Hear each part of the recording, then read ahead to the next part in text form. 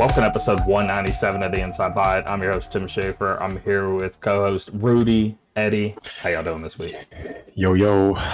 Doing good. How are you guys?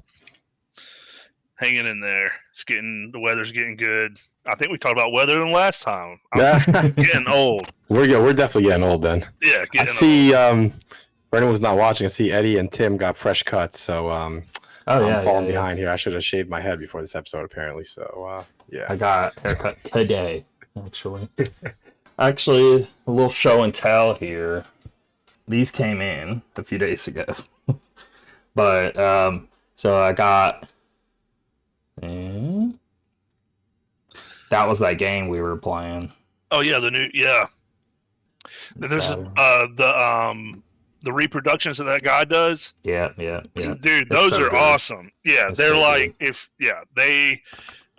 What's the guy's name that does it?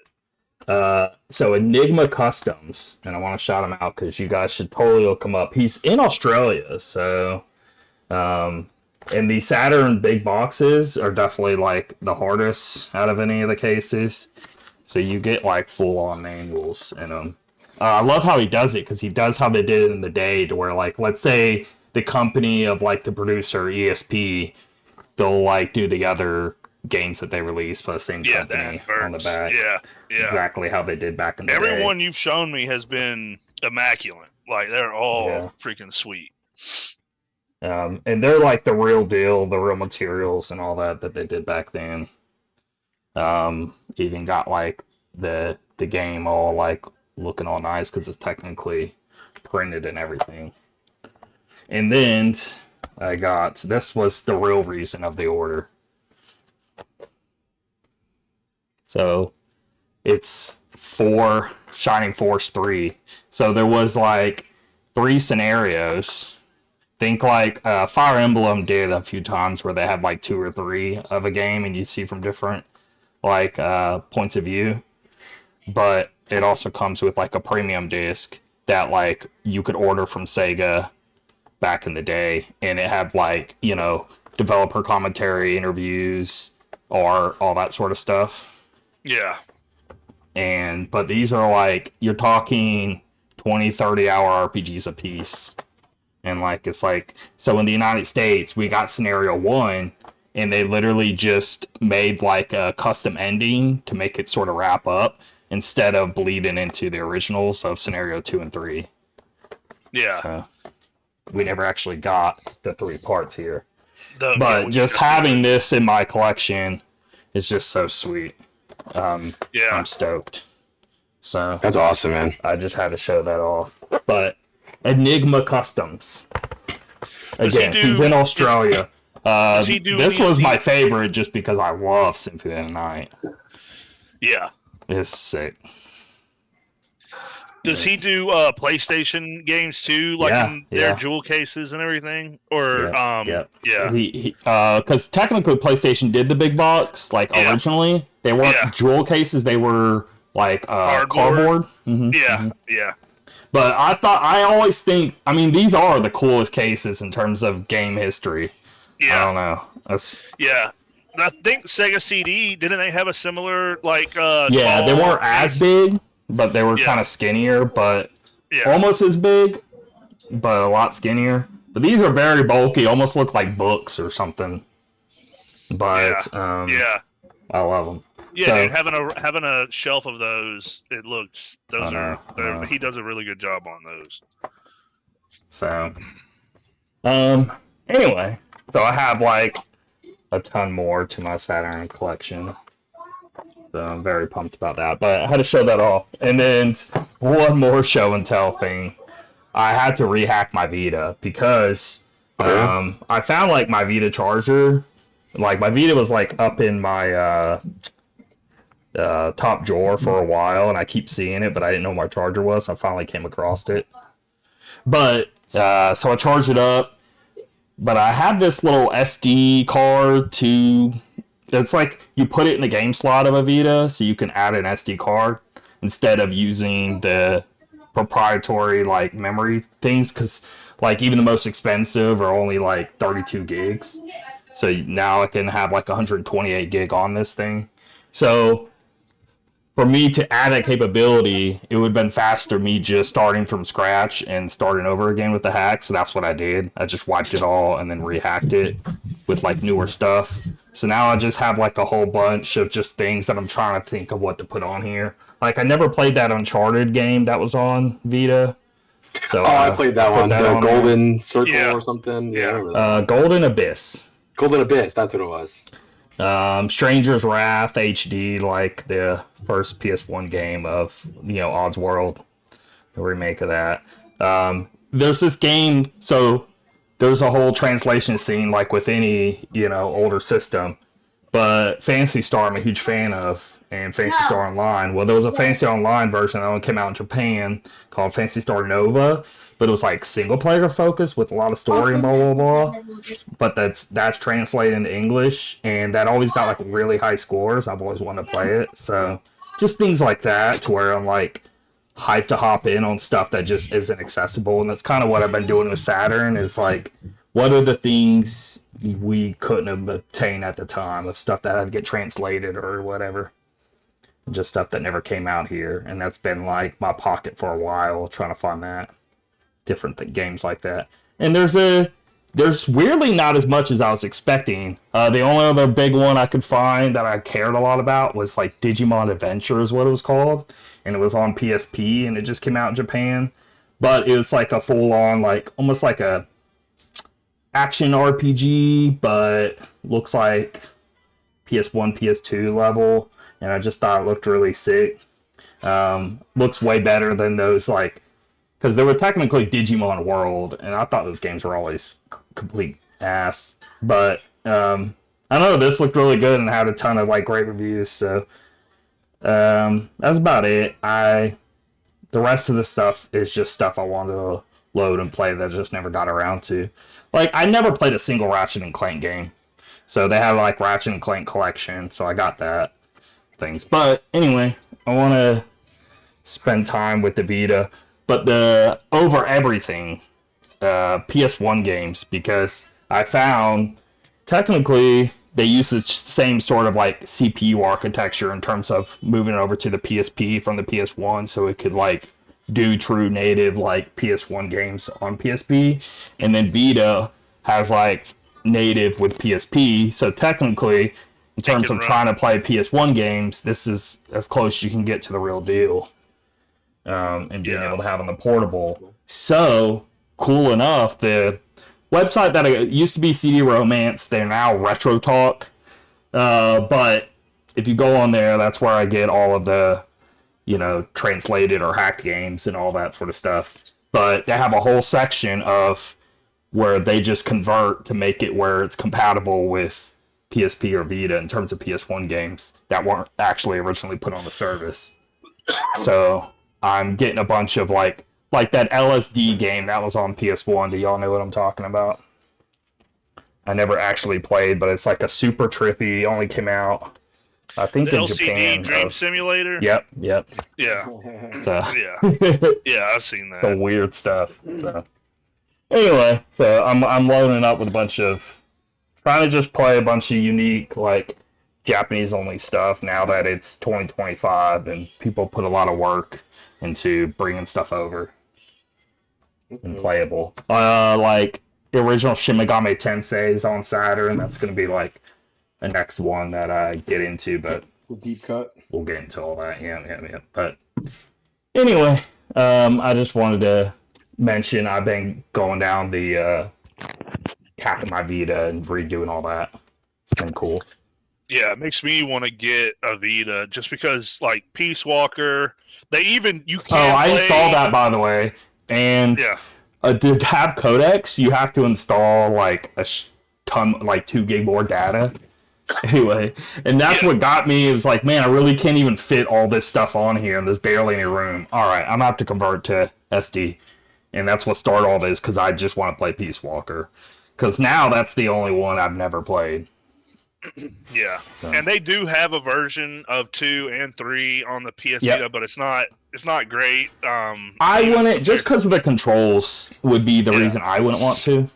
Yeah, and it doesn't perform really well, especially three runs like dog shit. Okay. On there, but it's cool to have that they released them. I bought it, the little pack, like it came with the individual games, which was it was cool. But yeah, the Vita is an awesome system. Yeah. Rudy, you had a Vita, didn't you? Yeah, it really is such a great system. Makes you wonder why they won't make another. Like, I feel like PlayStation sometimes thinks they need to. Like, you're not Nintendo. You don't always need to be reinventing things. It's okay if you guys just come out with another system that just does the same thing the Vita does, just better. Yeah, okay. yeah. But yeah, no, I still have one. I haven't played it in forever. But I remember when I was playing. I was playing a lot of PS1 classics, and then I also was playing some newer Vita games.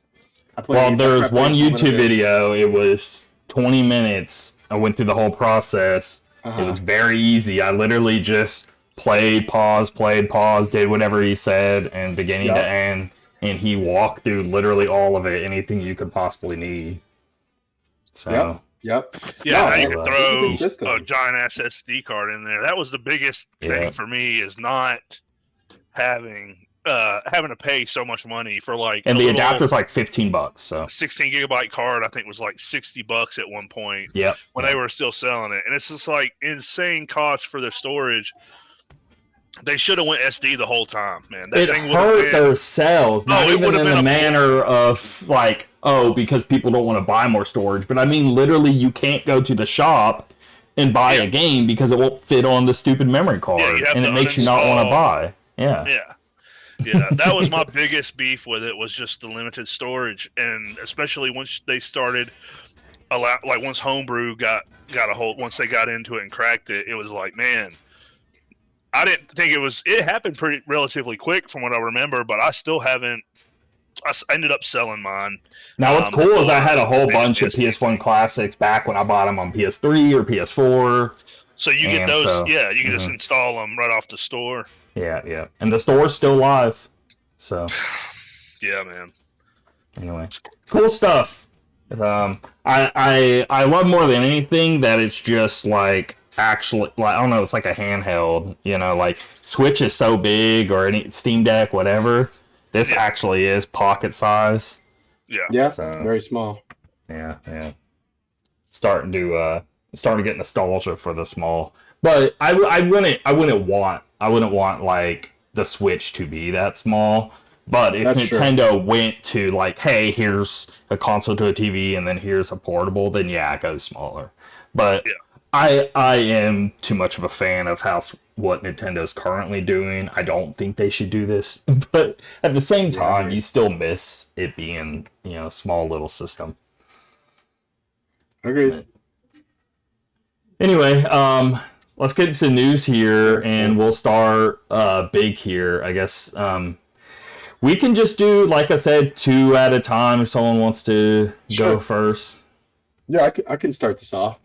So, Halo Campaign Evolved, coming to PS5, Xbox, and PC. It remakes Halo 1 story with new content. So, obviously, this is pretty big. Not only, it's big for 2 reasons.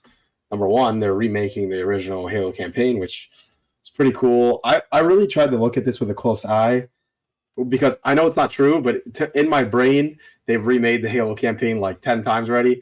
I guess remade is kind of a loose term, because it's more like a remaster that they've done in the past. Although that one time when they did it, and they had like that switch where you could flip between the two. That was pretty significant, right? That was like, now it's still a coat of paint though, because it still functions the same. It's now just new graphics, and it's the same wall, it's the same object. Right, exactly. This isn't that. This seems like a from the ground up, like, brand new, which is pretty exciting. And then the other big thing is that it's coming to different platforms, right? Well, the one different platform, which is PS5. So, do you think there's where's this? Why isn't Nintendo? Where's Switch? Like, I know Microsoft should be all over that. It would. I don't know. It'd be big news stories. One, just like PlayStation, I think it'd be even more crazy if I'm installing this on my Switch. Anyway. Yeah, I don't know. I don't know why. Can I come in? I don't know why they're not doing that, because they seem to be kind of more in bed with Nintendo anyway. Yeah.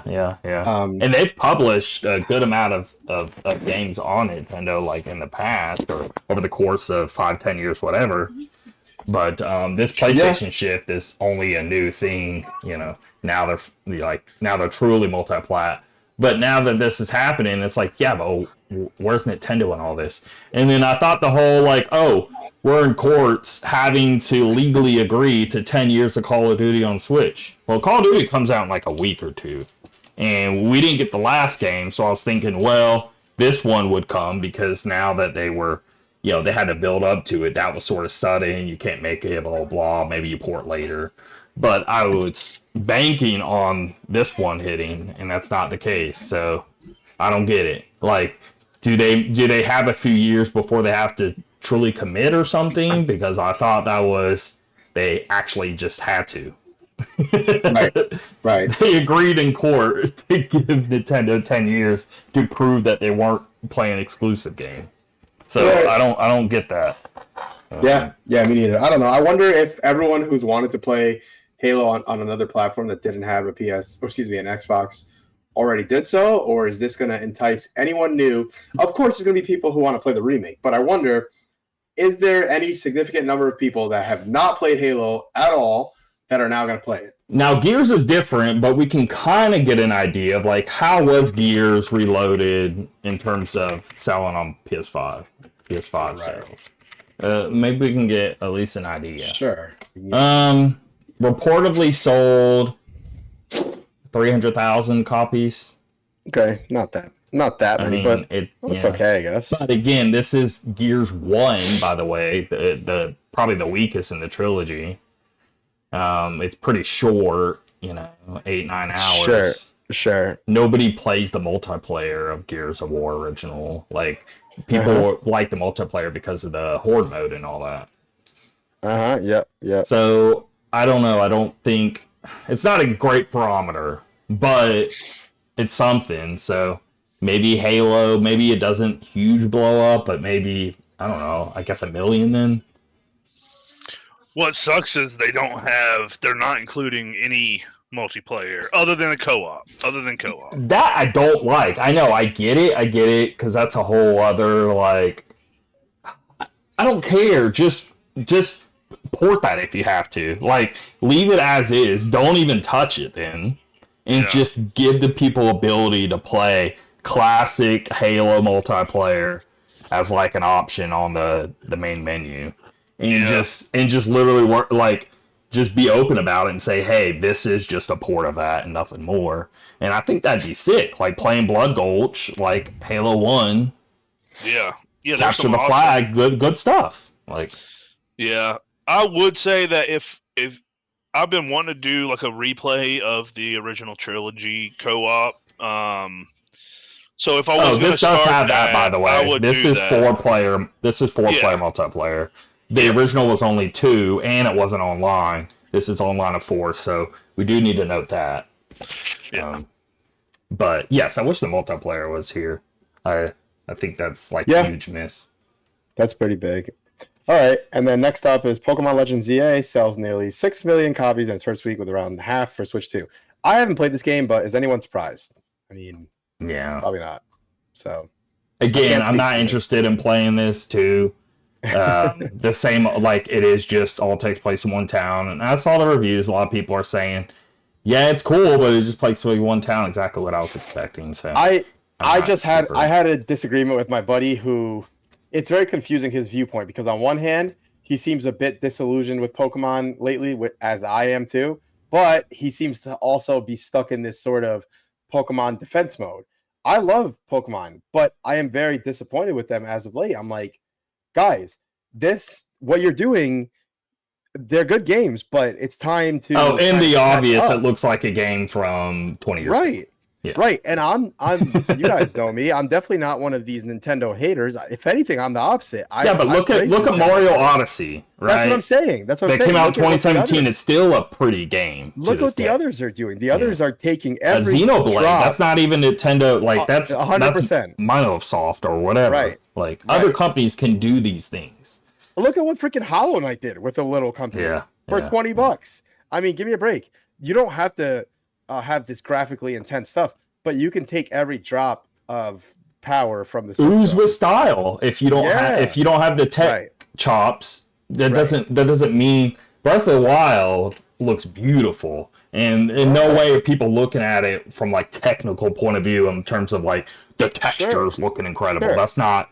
No, it just looks like a painting. Like, why can't they? I don't know. And Game Freak, like, man, he was coming up with every excuse. He's like, well, Game Freak, they don't just make video games, they make cards and other things too. I'm like, come on, dude. If anything, that's why they should be, even better games, because they are the top. We've looked up a million times. Oh my God. It's like the number one IP in the world. Right. They clearly have the money to pay for development. What they can get whoever they wanted on these games. It's absurd at this point. I've seen so many games at this point now that clearly they can do it. We're going to talk about it later. Sorry, there was a leak though. Did y'all see? So Pokemon got leaked. There was a huge leak. It's not in any of the story here. I did see something, but they were screenshots of like art assets of like the next one coming up. It actually looks really good. It's like it looks like an actual like what a Switch 2 game should be looking like kind of thing. Or at least a Switch 1 game should be looking like. But compared to previous stuff, see if you can find that screenshot. Looks pretty good. And the thing is screenshot. Game Freak is technically releasing that samurai action game. That looks really good too. Is it this Kanto remake leak? Maybe? It's not that. It's a new region. But wow, okay. Because I see this looks amazing. If it looks like freaking Zelda, if that's it says it was like up in trees, and I'd have to see the image here. But check this out too at the same time. Look at this. Hold on. It makes me think it's just some fan BS. I mean, I don't know if this is real, but I'm gonna try to look further into it. Look at this, and it's here you go. All over I found it. Yeah. Okay. I found it. Look at that too, though. That looks really cool. Okay. Kanto remake. You can't fool me. Hope you have a calendar. Copy image. Oh no, never mind. Someone's saying it's a joke. No need for a calendar. There are more than 3 million Pokemon in this chat. That's impossible by Game Freak standards. Okay. Well, this is from the leak. This is legit. Let me show you. All right. But yes, they got a bunch of their data stolen. It actually happened a while ago, and they just keep leaking new content from the same leak that happened like last year is what it is. Sent it to you in Facebook. Let me put it in this chat. Oh. Okay, looks cool. Like at least it looks modern. At least in that screenshot, it looks good. Yeah. Again, this could just be their vision and they can't execute and it's complete crap. But that's apparently like that's their vision for the next game. So, and that was like images from them stealing their data and they came across this image of like them discussing like what it's gonna be like in the future, like the next generation. So interesting. I mean, we may actually get there, but I'm not going to defend them until we actually do, let's say. Yeah, I guess we'll see. Okay. But I wanted to it may be promising. We'll see. But that's all. I mean, that's what the problem is. We've been waiting for this thing for like 20, 30 years now. Like, come on, guys. Like, can you just actually put money behind a game and actually release a AAA game instead of some like what are y'all 30-man team and this is the best you can do kind of like level stuff? It's ridiculous. Yep. Okay. Anyway, 6 million copies in its first week. Pretty wild stuff. Usual stuff. Crazy. I don't know. No. Fallout New Vegas 15th anniversary bundle. Here's a screenshot of everything it includes. It's like a Vault Boy pin, a Victor statue, big box collector like PC box thing, some patches. I don't know. Interesting. The Fallout community was not happy. They were shitting on it. But to me, I'm looking at like I don't know Why? how tall the stat. Well, I don't know the story. I don't know because what they there's were nothing complaining done to about. the game. Nothing done to the game. It's a $2.99 game for $154.99. It's a collector's celebration piece. It's not really yeah, a. yeah. Yeah. But they were the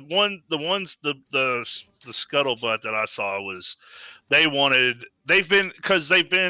been all this rumor about Well, I think they're remaking 3. I don't even think that's a rumor anymore. I think they confirmed it at this point that they're remaking 3. Yeah, well, so that's what. To expect a remake of 4, it's going to be a long time. Even if they did 3, then 4. Or New Vegas, like do it off of. Hopefully, when they're doing 3, they can because it's based in the same engine. It's 3. Fall New Vegas is like a really huge expansion. Yes, they could put it in one box. That'd be a good idea. Yeah. Yes, or at least get a head start on it. Like get a head start on it to where we're not waiting another 4 or 5 years for it. But yeah, the statue looks cool. I mean, I would. I don't think they're expecting big sales from this. I just think they're trying to celebrate an anniversary, and here's something people could buy as like a collector's piece. I really think they're in that mindset, and that's totally fine and cool. I don't know. Doesn't really upset me. I get it's expensive, but again, these are things you're going to put on a shelf and I don't know, sell in 20 years and for what, $1,000 or something. Like, hopefully. That's yeah. Anyway, $154.99. You can pre-order it now. I don't know if it's sold out of the pre-order or not. I'm assuming no, but and then they also announced Fallout 4 Anniversary Edition. It launches next month, and it's basically next-gen patches and a lot of 150 pieces of Curation Club content of just fine picking like the finest of like mods and content and stuff like that, throwing it all in the collection, which I think is smart to do, and try to give people the best possible version of Fallout 4 without having to, I guess, do it yourself. All right. Let's see. This next thing, there's a lot here, but I'm just going to pull what's important. But we had a Kirby Air Riders second Nintendo Direct. This thing was over an hour long. Now, if this was any other person but Sakurai, I'd be like, what the hell? But to be honest, I don't know. I could listen to the man all day. He's great. Hey, I don't know if you guys have checked out his YouTube channel, but it was pretty amazing, and he just breaks down game design in really cool, fun, clever ways, and his YouTube channel is pretty sick. And he did a lot of weird things of like he technically shot it within like a month and released it over the course of like 8 months, and then after that first month of him just working through all the videos, then he went to like work on this game, but nobody knew until recently that he was secretly, like, he already had that stuff done a long time ago of anything he uploaded to YouTube, and he's just been grinding at this kind of thing. But the YouTube videos are just like, hey, here's one aspect of game design, and let's, like, dive in and explain all the facets of why it's important, of, like, the importance of creating flair when you get, like, hit by like a big smash attack, and all the science behind making the player feel it, making the visuals behind it all, and all that goes into it, of just like really getting like player feedback. And I don't know. Anyway, but this 1 hour thing, so he's just really good at getting to nitty gritty and all the things. They're bringing back Top Ride, which was the thing in the original GameCube game, as like a little arcade mini game thingy. And it's like top down. Think of like an RC Pro-Am or something, but it's like Kirby style. But he put a bunch more into it than the original, because the original was just like a small little thing, and he poured a lot more development into it this time around. He also introduced a new mode called Road Trip, and this is basically the single player mode. Think like, Subspace Emissary or something like that, but for this game. It went to a lot more courses. The game's going to have 18 courses in total. 9 original, 9 new. Air Ride Delay is a new air ride mode variant that lets you select machines to race by the number of laps. In each lap, you automatically switch to the next machine. Little modes like that. He went way more into city trial of one of the coolest things is there's a free run mode. So you can hop into city trial and just roam all over the whole city, and then like you and friends can just sort of like online or split screen and just goof around in like a big arena mode. So I thought that was neat. Stadium collection, you can basically play like, you know, as you're playing city trials, you'll get hit with like, oh, here's an event taking place. You have to, you know, fly through this dartboard and this really weird, you know, mini game thing. But the stadium collection lets you sit there and just play a whole bunch of all these different various things and try to complete challenges and all that, and do like boss mode rushes and stuff like that. Even the main menu, I think looks great. It's very like, I don't know, not kiddie. I just don't know the word. Almost like when you think of the original Super Smash Bros. N64, where it's just like a table and toys on a table, and it's like still feeding into that same kind of philosophy with this game. Really neat stuff. Oh, okay. Kind of like headwear of like different abilities you can put for like gear, and it gives you different specials depending on what hat you wear. Releasing a bunch of new amiibos and made it to where like the amiibos will swap in with whatever cart, so you can like pop like Kirby onto the Mennonite card or vice versa, and you can like save their data, so when you go to a friend's you can like scan in your amiibo and continue with your data and keep your like race data with it. So neat stuff. The global test ride is like basically beta taking place, what is today? The 5th. Yeah, it's close here. So November 8th, we got like 12 a.m. to 6 a.m. We got 4 p.m. to 10 p.m. So we got like 6-hour gaps here, like 2 different times on the 8th, really long time on the 9th, some on the 15th, some on the 16th. So you'll have plenty of times there to at least give this game a shot of like online modes and see if it's something you would actually want or not. And just so they could test out the servers and stuff, which is always good to do. And the game launches November 20th. I'm very excited. I mean, it feels like the amount of just energy is pouring into such a like, I don't know how to describe it. Like one of those like whatever single A, not even single A, almost just like, here's this little weird GameCube game. Now let's like dump like Smash Bros. Energy. Like all these modes, all these characters, all this customization. You can like customize the bikes, and you can like, and the customization with the bikes go really in depth of like changing different parts, painting it, adding decals, all that. It's pretty exciting. If people are questioning this game, not that you have to watch the whole thing, but at least skim through that hour and check it out, because it's a lot more in depth of a game than you could ever imagine of a game like this style. And there's nothing really like it. So that's what excites me the most, is like, I just want weird, new, cool experiences more than anything else, you know? So I'm about it.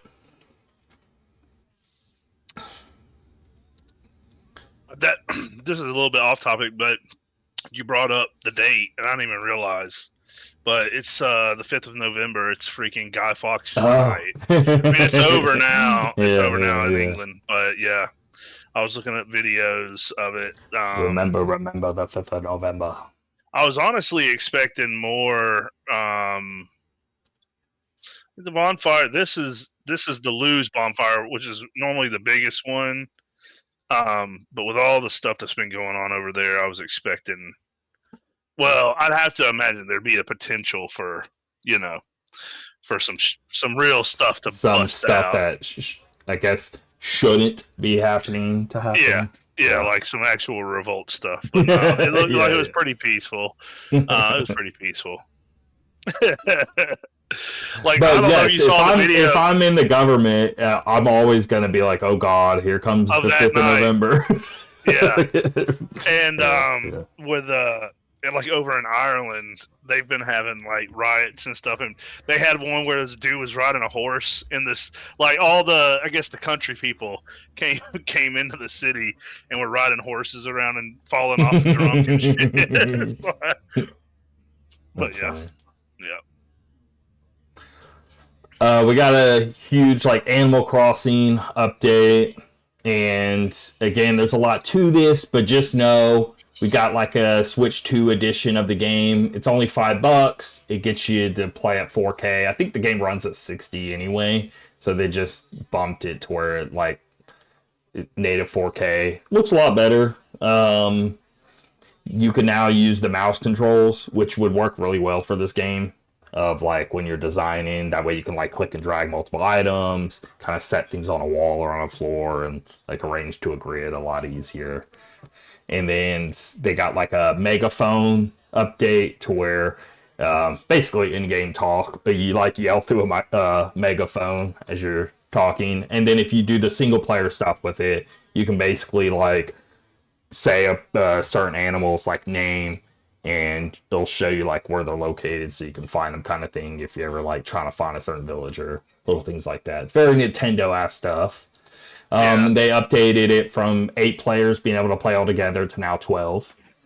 So that's cool. And then you can use the game chat, so like Switch's 2 built-in, basically Discord, will obviously work with this game, but it adds an extra layer to where you can actually see the players' faces like over the characters while you're just roaming around. So, yeah, so pretty neat stuff. And that's all like Switch 2 specific things. Then they're dumping a lot of like free content in general, with a resort hotel run by Cappy's family, where this destination lets players bring guests from off the island. As you decorate their hotel rooms for various themes, you can earn different like rewards for that. Rossetti's back. He hasn't been in a while, like a new game of like a character that resets things. So you can like reset your whole island if you wanted to using him, or like certain sections of the town if you just want to like, or if you want him to like, you got a bunch of crap in your front yard and you just want him to like take it all and sort it out. New Dream World. This thing's huge to where like, so you go to sleep. Normally in the game, you go to sleep and you can visit somebody else's island, but you can't change their, because you're going to their island, you can't like destroy their stuff, but it's a way for you to visit someone else's island as you going to sleep and then putting in their village to join over. Well, there's a new mode here to where it lets you create an island, and you can save up to 3 islands, and you can choose whatever size island. You can customize it however you want. So now you can have, like, let's say a secondary or a third island if you want to make customizations that you don't want to do to your original island, but still have people visit and help you build. So they basically just added, like, where you're not stuck to one island now, and you can customize multiples. So it's pretty neat stuff. And then new themed items for Zelda, Splatoon, and Lego. But that's that. So that's, well, we've got a few more Nintendo things. We're almost done with the Nintendo section. Assassin's Creed Shadow is coming out Switch 2 December 2nd. And then just know that you can do the cross progression like you can their other ones, where you sign in a Ubisoft account. So if you wanted to buy a Switch 2 and transfer your save, you could. And then From Software released the statement. If one of y'all want to read that, translated by Google. You want to go, Eddie, or you want me to? Yeah, I can go. Okay. Go the Nintendo Switch 2 release of Elden Ring Tarnished Edition, originally scheduled for 2025, has been postponed to 2026 due to the need for additional time to adjust the game's performance. We sincerely apologize for any inconvenience this may cause to users who have been awaiting the release of this title. We will continue to make adjustments and deliver the game in its best possible form. We appreciate your understanding and thank you for your patience. Which now, always this is a little important. Patience. I always like it when you say that. This game was getting harsh like backlash when people were testing it out. I think it was a. Well, I mean, it runs like something. shit on top of the line PC hardware. Mm-hmm. Not shit, but It stutters. They're not great at great. optimization to begin with. Exactly. Yeah, they've never been great with optimization. But they got some real crap for it, and people are like, this is awful frame. Yeah. So I'm glad they're trying to fix it up. Let's say I'm surprised they're trying to fix it up, dude. Because that's good. That's good commitment. Stuff normally is like, fuck it, you either take it or you know. Yeah, I think at release PS5 and Series X, you're getting like 40, 50 FPS at best. It was weird. Yeah, and frame hitching and weird shit going on. I mean, they're known for pushing out great games with not great optimization. I mean, even like I said, you can't even maybe eventually you'll be able to brute force it, but as of when Elden Ring came out, you could have top of the line CPU and GPU and still experience frame hitching. Digital Foundry did a whole breakdown on it, and they're just like, you know, get your shit together. Like, you're one of the best game developers in the world, and you're failing. This is the one And weakness. you can hire somebody that knows what the fuck they're doing. Like, y'all don't even have to do it. That's a good point. You just get someone in there, and however long, you know, get a team of 10 people to get it running better or something. I don't know. Yeah. Here's $1 million, get it running better. Here's $10 million, get it running better. Whatever it takes. All right. Next up, Nintendo Switch 2 sales surpassed 10 million units. How long has it been now? So about 6 months, right? Yeah, June 10th, was it? So almost 6 months. Okay. Number now means the Switch 2 is selling more than twice as fast as the original Switch. That's wild. Did during the same launch period, 4.7 million in its first 6 months in 2017. Switch 2 has also outperformed the PlayStation 5 sales during the first 6 months, which was 7.8 million. Pretty crazy. Yeah, I think it actually just literally is still the fastest selling system ever, and which is weird because that's what they were saying about the original Switch, and this is outdoing it even. So twice as fast. To all the people, you know, saying it costs too much, I guess people bought it anyway. Yeah, that was funny when people were saying it was going to flop like the Wii U.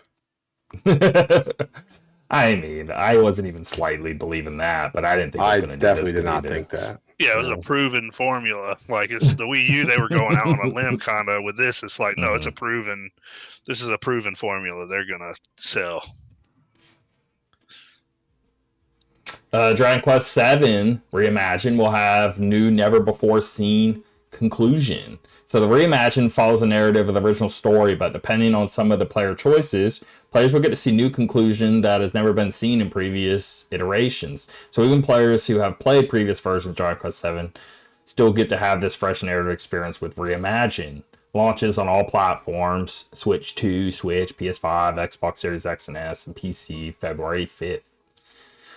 Dragon Quest VII, I'm happy to see Square Enix live up to what they were saying. Remember, they were being like, hey, we're tired of just releasing on PS5 and it's hurting our sales and yada yada, and we're gonna really try to push to release on everything. Well, they stuck to that at least now, so it's cool to see.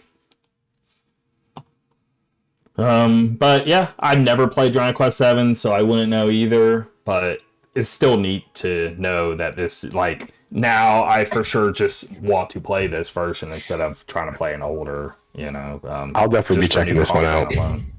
Yeah. I'm excited. I actually wanted to mention that Dragon Quest 1 and 2 came out only because I'm so busy with other games have I not played it, but I'm super interested in that. I think it looks awesome. So they also did the same thing here. They were being a little secret about it, but they cat's out of the bag of there is new content, and apparently it does a very big swell off for the initial trilogy of I can't wait, man. So I need to play those. I'm excited to see what that is. I love 3. I thought 3 was so much fun, and that was my first introduction. And again, 3's the technical story before this, so you get 3 is the prequel to 1 and 2 in terms of narrative. I just thought it was I don't need you to hold my hand all the time in games, but I really did appreciate. Some people love playing those old school RPGs where they tell you nothing. For me personally, I appreciated. Put a little mark on my map. Now, I don't want a ton, but a little star, a little general direction. I do like that. Yeah. I did enjoy that because honestly, if it wasn't that, then I would probably just end up pulling up a walkthrough and just like, where do I at least go? Well, at Just tell that me where to time, they go. expected people to talk to every person in town, which I think you should, just because it's cool, like I don't know, NPC talk and interesting and yada yada yada. Immersion. But you really do have to be like scratching your head trying to figure out where to go, what to do. So often. I just think in 2025, it's nice to be able to have and you know what? Give me an option. I've seen games where they say, they gave the option. You can turn this on and off. Yeah. I did like that, right? Turn on a general, go to, put a little star on, whatever town, or just have it wasn't even exact. It was just general. It wasn't. It was just a general bubble. I mean, later I'm going to talk about it, but the demo of the Adventures of Elliot, there's a feature in there that I've never seen before in a game, which is you talk to an NPC and it gives a little box above their head. I was like, oh, that's actually pretty cool. I like that. Just you don't talk to this person again. Yeah. I like that. How many times do you go and they're like, oh, I'm going to the supermarket later. I'm like, hold on a sec. I already heard this like 10 times. Which cool you played that, because that was I did. That demo was sick. I want to talk about that. I was actually really impressed. So yeah, we definitely got to chat about that. All right. I'll take this next one. Next up, 3D Ninja Gaiden and Dead or Alive creator Tomonobu Itagaki, dead at 58. So young. By Marcus Stewart, Game Informer. I wanted to read his actual little article here just because of I just love the way he laid it out, and it's a lot of just important stuff that I think should be said, like his final words, what he's done in his career, all that. Of course. So it starts right there, right? Last words. Okay. It says, the light of my life is finally fading. The fact that this message has been posted means that the time has finally come. God, so morbid. I am no longer in this world. I'm entrusting this final post to someone important to me. My life has been a series of battles. I kept winning. I've caused a lot of trouble too. I like that part.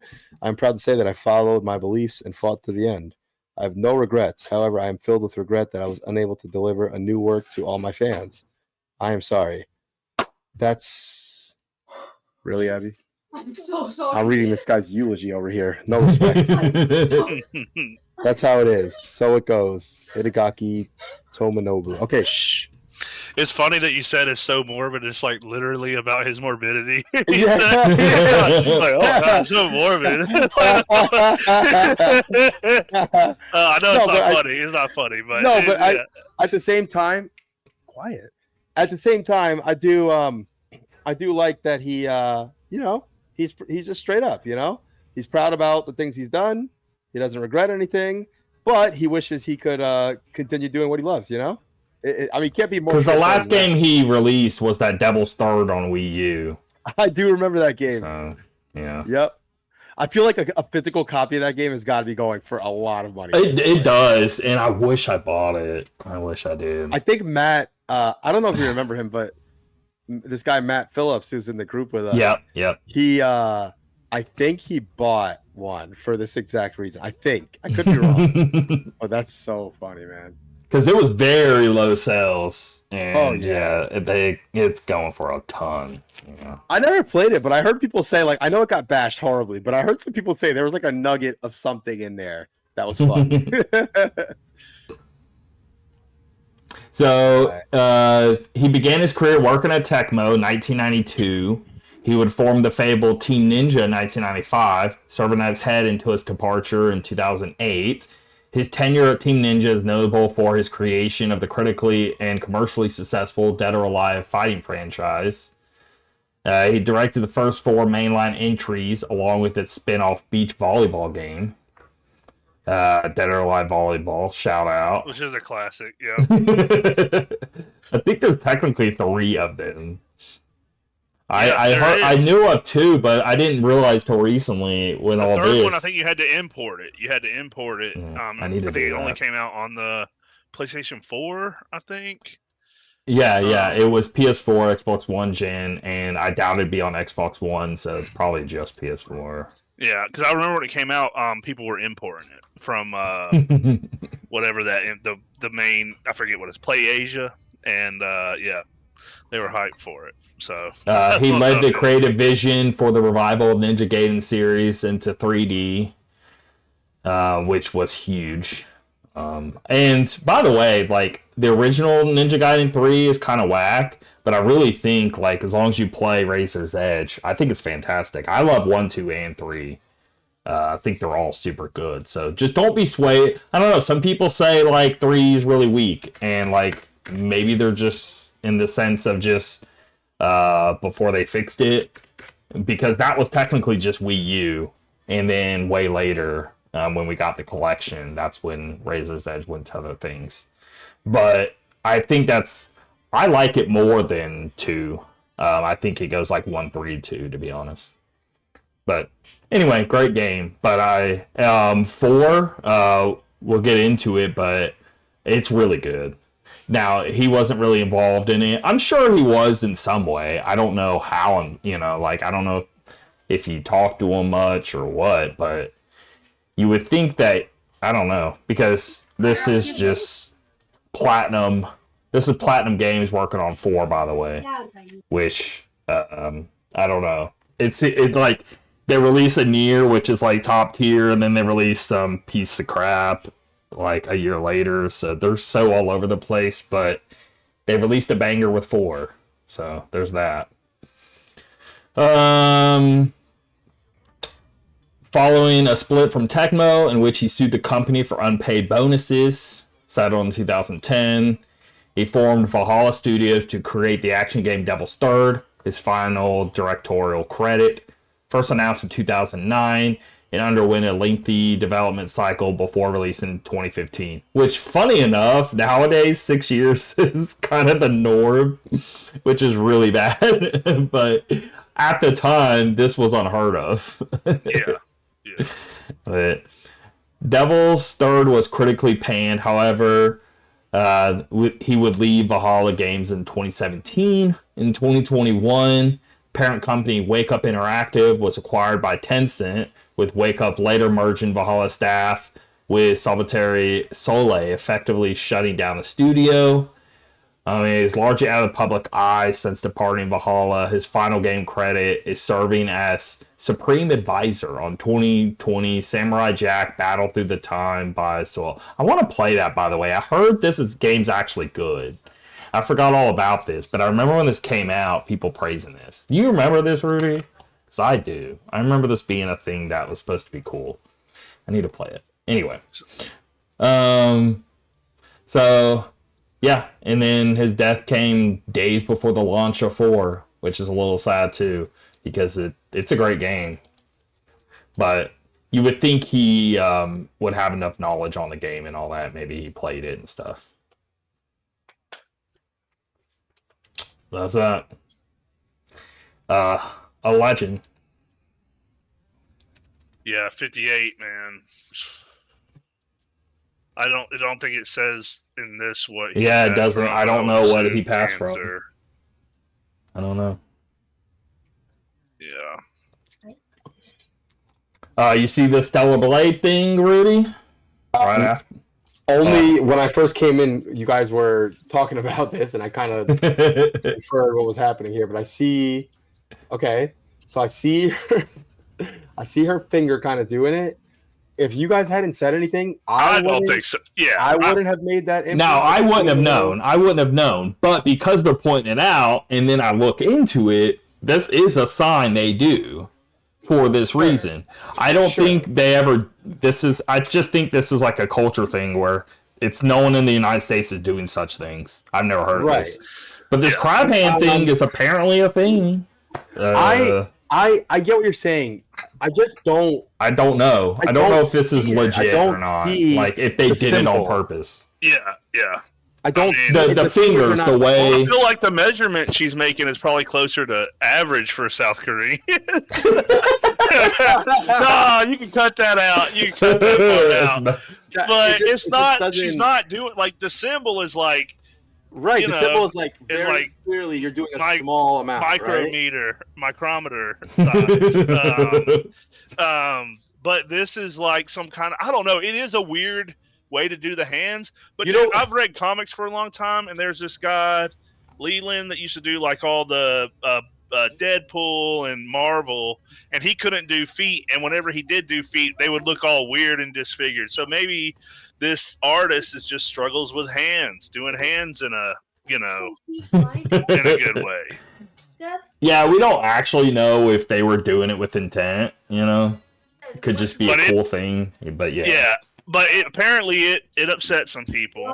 And then the way that this is written, this is something I was talking about. It does seem like it's like not this picture, but the whole thing in general. Like if a girl sends you this or is talking about you and uses this emoji, like that's up for debate. Or that some men have interpreted this to mean. It's like, what else is it gonna mean, dude? Like, so I feel like there's some kind of like gaslighting going on. Like, no, you're just overthinking it. It's like, okay, well, you explain it then. Explain why this would be the symbol of your movement. Like, if I were to guess, I would think they did it on purpose. Yeah, they know. Yeah, but only just because it's so. Oh, you're talking about the actual drawing. The drawing.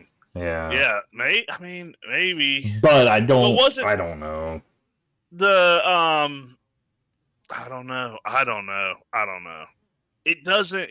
It to me, it's hard for me to say. It almost looks like she's like, I don't know what in what scenario would that be a natural hand? Nobody's doing that to like balance on the desk, or whatever they would. She's getting ready to do a 3-point stance, dude. She's playing football, and she's the left guard. No, to me, it looks like. Do you guys remember when you would? You guys remember Pogs, right? Yeah. Oh, yeah. Getting the thumb ready to shoot it through. Yeah, that's what it reminds me of. Or even worse, it does. When you played, that's exactly what it looks I can't like. believe we used to do this, but in college, we used to do the thing where we take the quarters and you'd have to put your Yep. Quarters. That's what it looks like to me, like she's doing. This does not to me look like. So let me guess. Was there some people online upset that she's doing this? Yeah. I guess she's doing this to make fun of guys with tiny peepees. Yeah, supposedly, but I don't speak South Korean. I can't read South Korean script, so we have to take it for this article's word. But that they were calling it hate speech. So this was hate speech. Now I wouldn't call it hate speech. No, I would not. I wouldn't classify. I do think they may have been doing it on purpose. I don't know. If you're That's really the thing. sensitive about that kind of thing, I'm sure there's men who are like distraught over this kind of stuff, and that may feel like hate speech. And I think in some cases it's more like, how does it feel? I know, but I just hate when things get stretched. Like, okay. Well, hey now, got stretched. I mean, they should try that. That's an ancient Chinese remedy for this kind of thing. Tim might have solved the problem for them right there. There you go. They just need to stretch. No, but okay. All jokes aside, if let's say it was more blatant, right? Let's say she was going like this. Okay. Now, just do it like this. Not in America, but in Korea, if the culture is different there, because I don't know, I don't live there, right? Exactly. If there is a more sensitive thing there, if there is a whole, widespread thing where the genders are a little more lopsided in terms of guys getting constantly mocked and shit like that. Yeah. Well, then maybe it's a different story. I don't know how it is over there. Who knows? They got to be really sensitive to me. I'm not saying it's not like that, but I think it is maybe a testament to the sensitivity of their what do they call it? What did King Cobra call it? Gender relations. Oh, gotcha. Gender relations. That's what he's like. The gender relations of this country are gone down the tubes. So yeah, if it's that bad, maybe it is that sensitive where they can just say, hey, we're not going to do the actual gesture, but let's just make it similar, hinting at the gesture. And if it causes genuine outrage. But yeah, apparently the studio came out and said it will never tolerate it in the future. And I included a picture if you scroll down. So that's the original emoji first. First image underneath is the actual emoji that, that's very. Yeah, we've to me, seen that's that. no doubt. Yeah, To me, that's no doubt what that is. Yeah, Either you're saying, "Oh, just by a hair," or like my dad would say it's like finer than frog hair, split 3 ways. That could be something like that.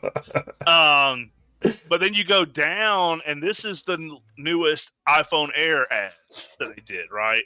So these are in the different countries, and the bottom right in South Korea's ad, they completely remove the Removes hand. it because it's a thing there. Yeah, because it's a known thing. Yeah. So I mean that's some good evidence to where this may be a real thing. They're hypersensitive to it. Yeah. They're like, hey, you can't be talking about my wee wee, dude. Interesting.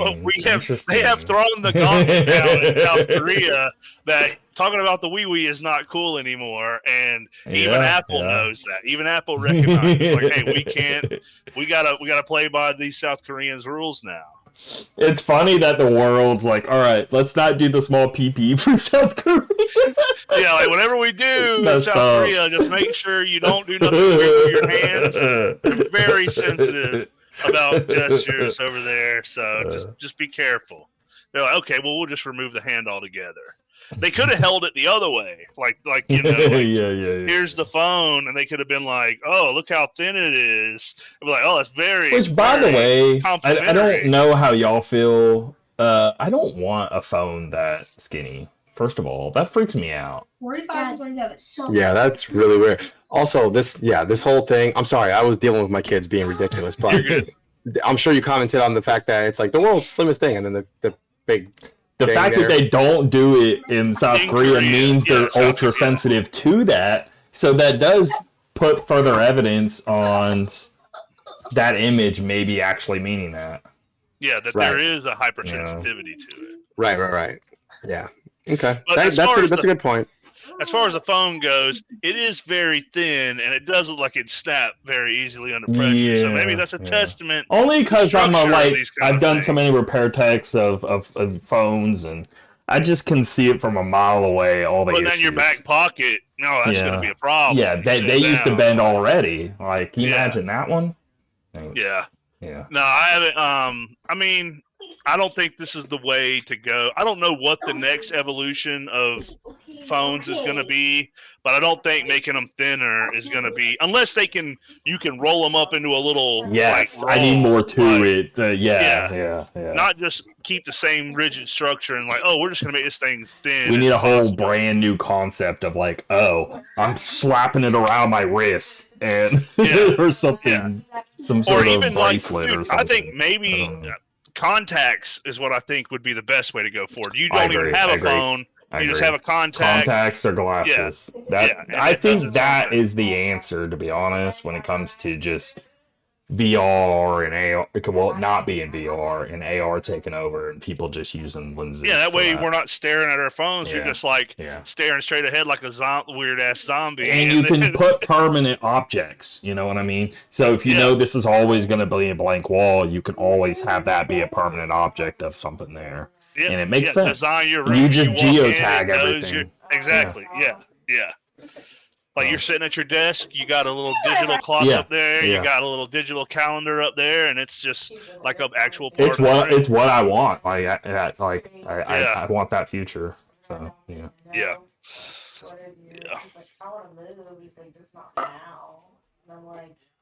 Anyway, let's get into what we're watching, what we're playing. We'll start with Battlefield 6 with you, Eddie, here, because you can get into what they did in general with the game, and then just you're playing with it.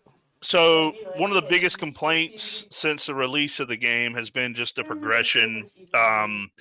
Really, like the levels hasn't been too bad, I don't think, but there's a thing in there called challenges, and these challenges unlock different things like new guns, like exclusive guns to the challenge. So like, for example, there's one you have to suppress with an LMG so many enemies, and then you'll get a new LMG that you can use to unlock the next challenge. And that challenge, you have to do so much with that gun to unlock the next gun.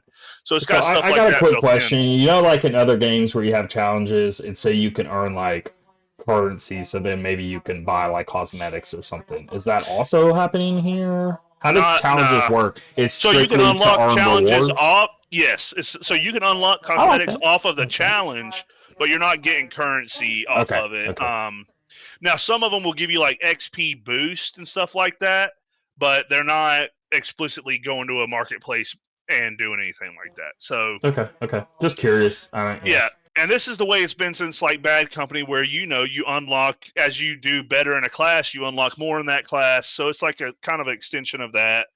But the thing with this and 6 is they made it to where it was so oppressive. A lot of the ones, like I was telling you earlier, so the medic class had 2 tiers.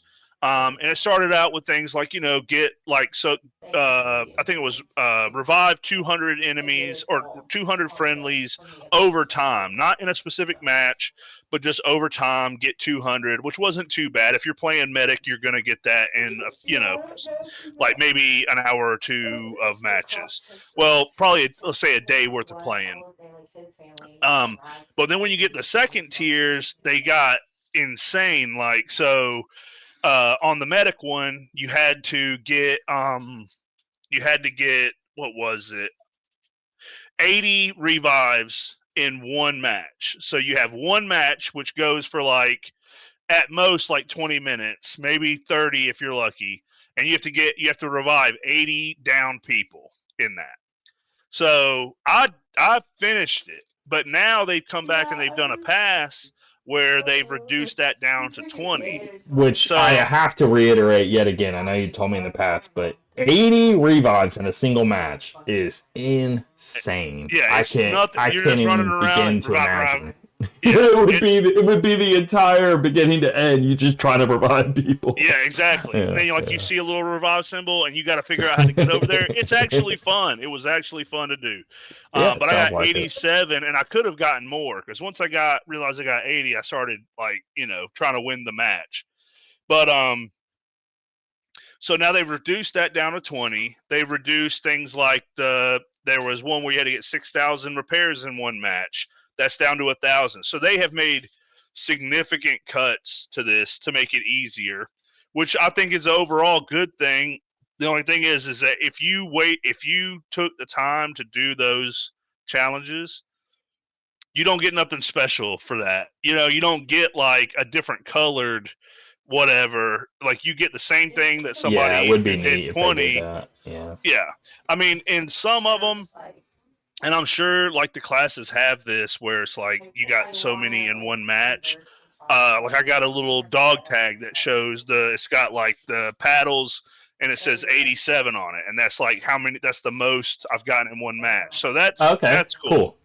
But I don't know. Like one of the things that was the biggest. So this is like one of the first challenges that you had in the assault class was to get like 50 of these stem kills. So the way these work is you would basically take a little injector, you'd inject it, it give you a boost of speed for like I don't know, I like guess while 10 you're seconds. boosted, you have to get the kill. But it only counted for like the first 3 seconds of that. So even though you get the effect for 10, if you get the kill in that later part, it don't count. You had to get it with you would literally have to inject it, kill.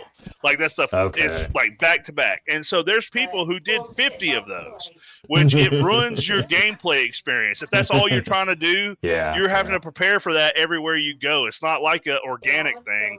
So there's people who did that, and now I think it's down to 15. You got to get 15 of those kills or something like.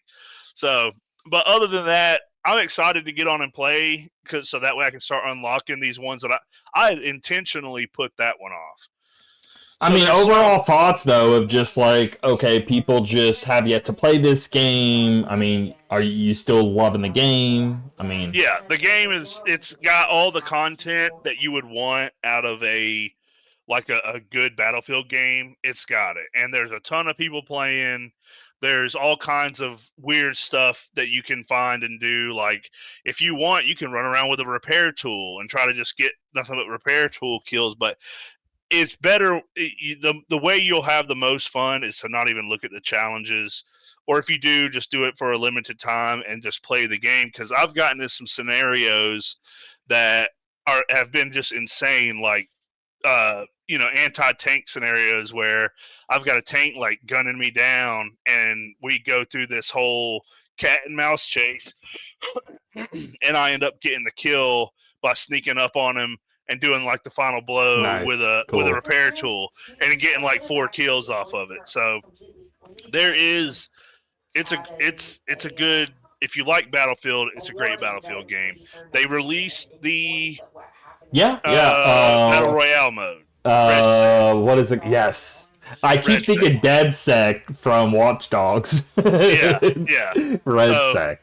And that is addictive. I'll say this. I do want to try it out because that's free. So if you wanted to download it, me and Dino will play it with you, dude. Like we tried it out for the first few days, and we had to basically force ourselves to go back because we were getting addicted to just trying to run it. Like, okay, let's rerun it. Just like with any battle royale.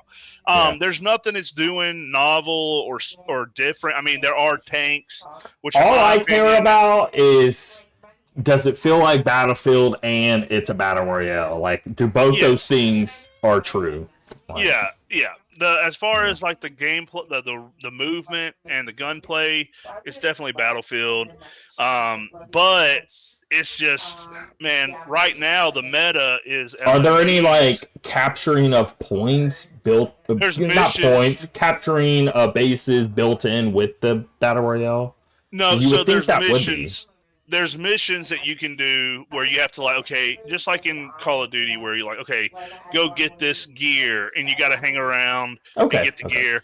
And for example, so in Resurgence or in Warzone, when you do, say your partner goes down, because we've been playing duos, so say one of your team members goes down, and you go to the respawn point, you hit that, it shoots off a flare, and they're coming back immediately.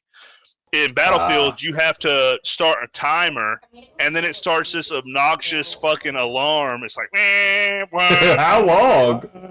Probably about 30 seconds, and you have to stay there and huddle around, and people are coming. You know what that's like? That Dark Zone stuff with what was the game?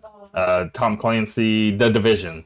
You'd be trying to haul off, and it's super obvious. That's exactly what the respawns are like, which makes for like really tense gameplay. I think it's cool. It is but they're gonna need to do some balancing, as far as like, because you just get shredded through. Maybe it's just too long or too much, and maybe pull back a little. Well, you're basically a paper tiger. You can do damage, but if it's basically a deciding factor is who gets on who first, and if they got an LMG, they're shredding through your armor. So the armor. Okay. But the best thing I can say for it is we started playing it one night and we played it all night. We didn't go back. We didn't play any conquest. We had to force ourselves. Well, like, hey man, let's go. Try to get these damn challenges done. And so we went and did that. But so it is fun. It is a fun mode. So, but yeah, overall, they're still working on it. I think that will be the big, like, not turning point, because the game was already doing successful, but to break it into the mainstream of just everyone playing and talking about it and all that. Yeah, and they need extended. Yeah, and they need extended support, which they're doing. They're releasing maps regularly. The most recent one, I don't like it, but it's a pretty map, but I don't like it. It's like a sniper's paradise, but yeah, man, I think they've got just from their initial sales, they've got the initiative to continue to develop and release new maps, release new modes, try new things. So it's definitely I've been playing it the most. It's been like I've been trying to go back and play.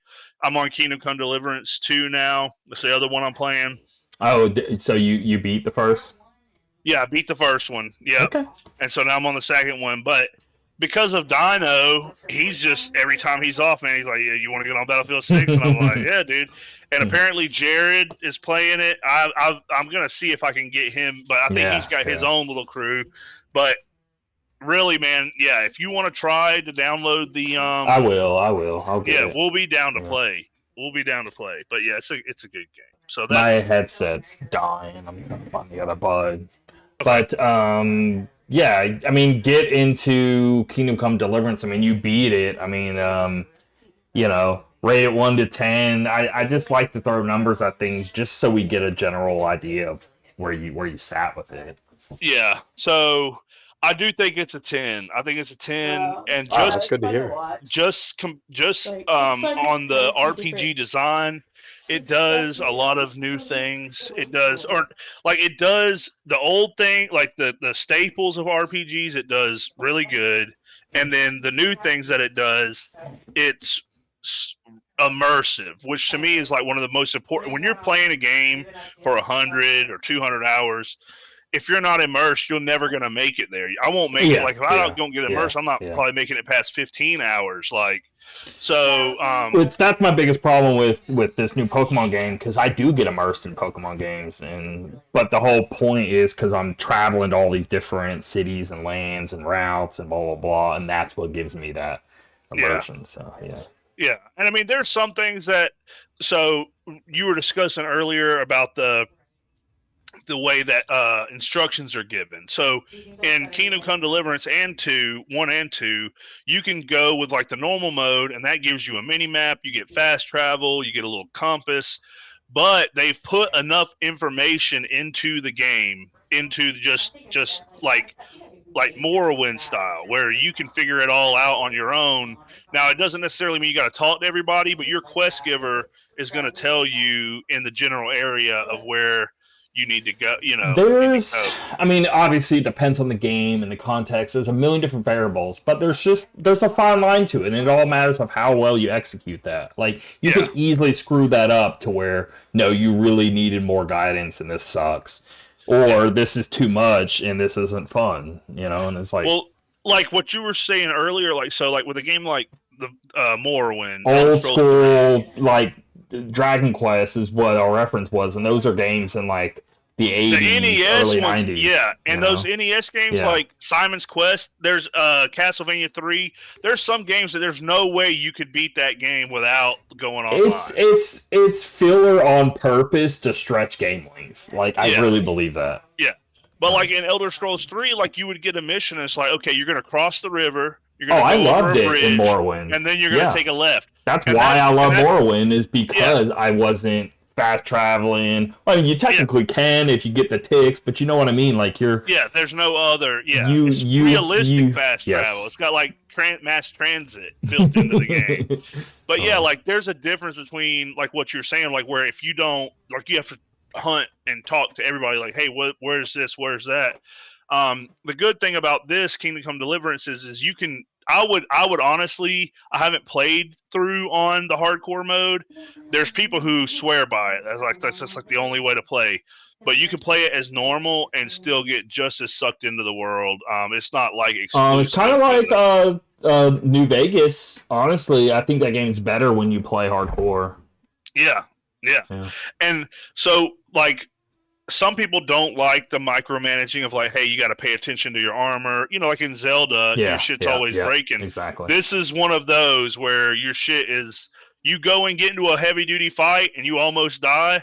You got to go to the armor. You're going to have to go to because your shit would be jacked up, you're going to have, so you got to go get it repaired. So it leans heavy on the simulation, realistic side of that.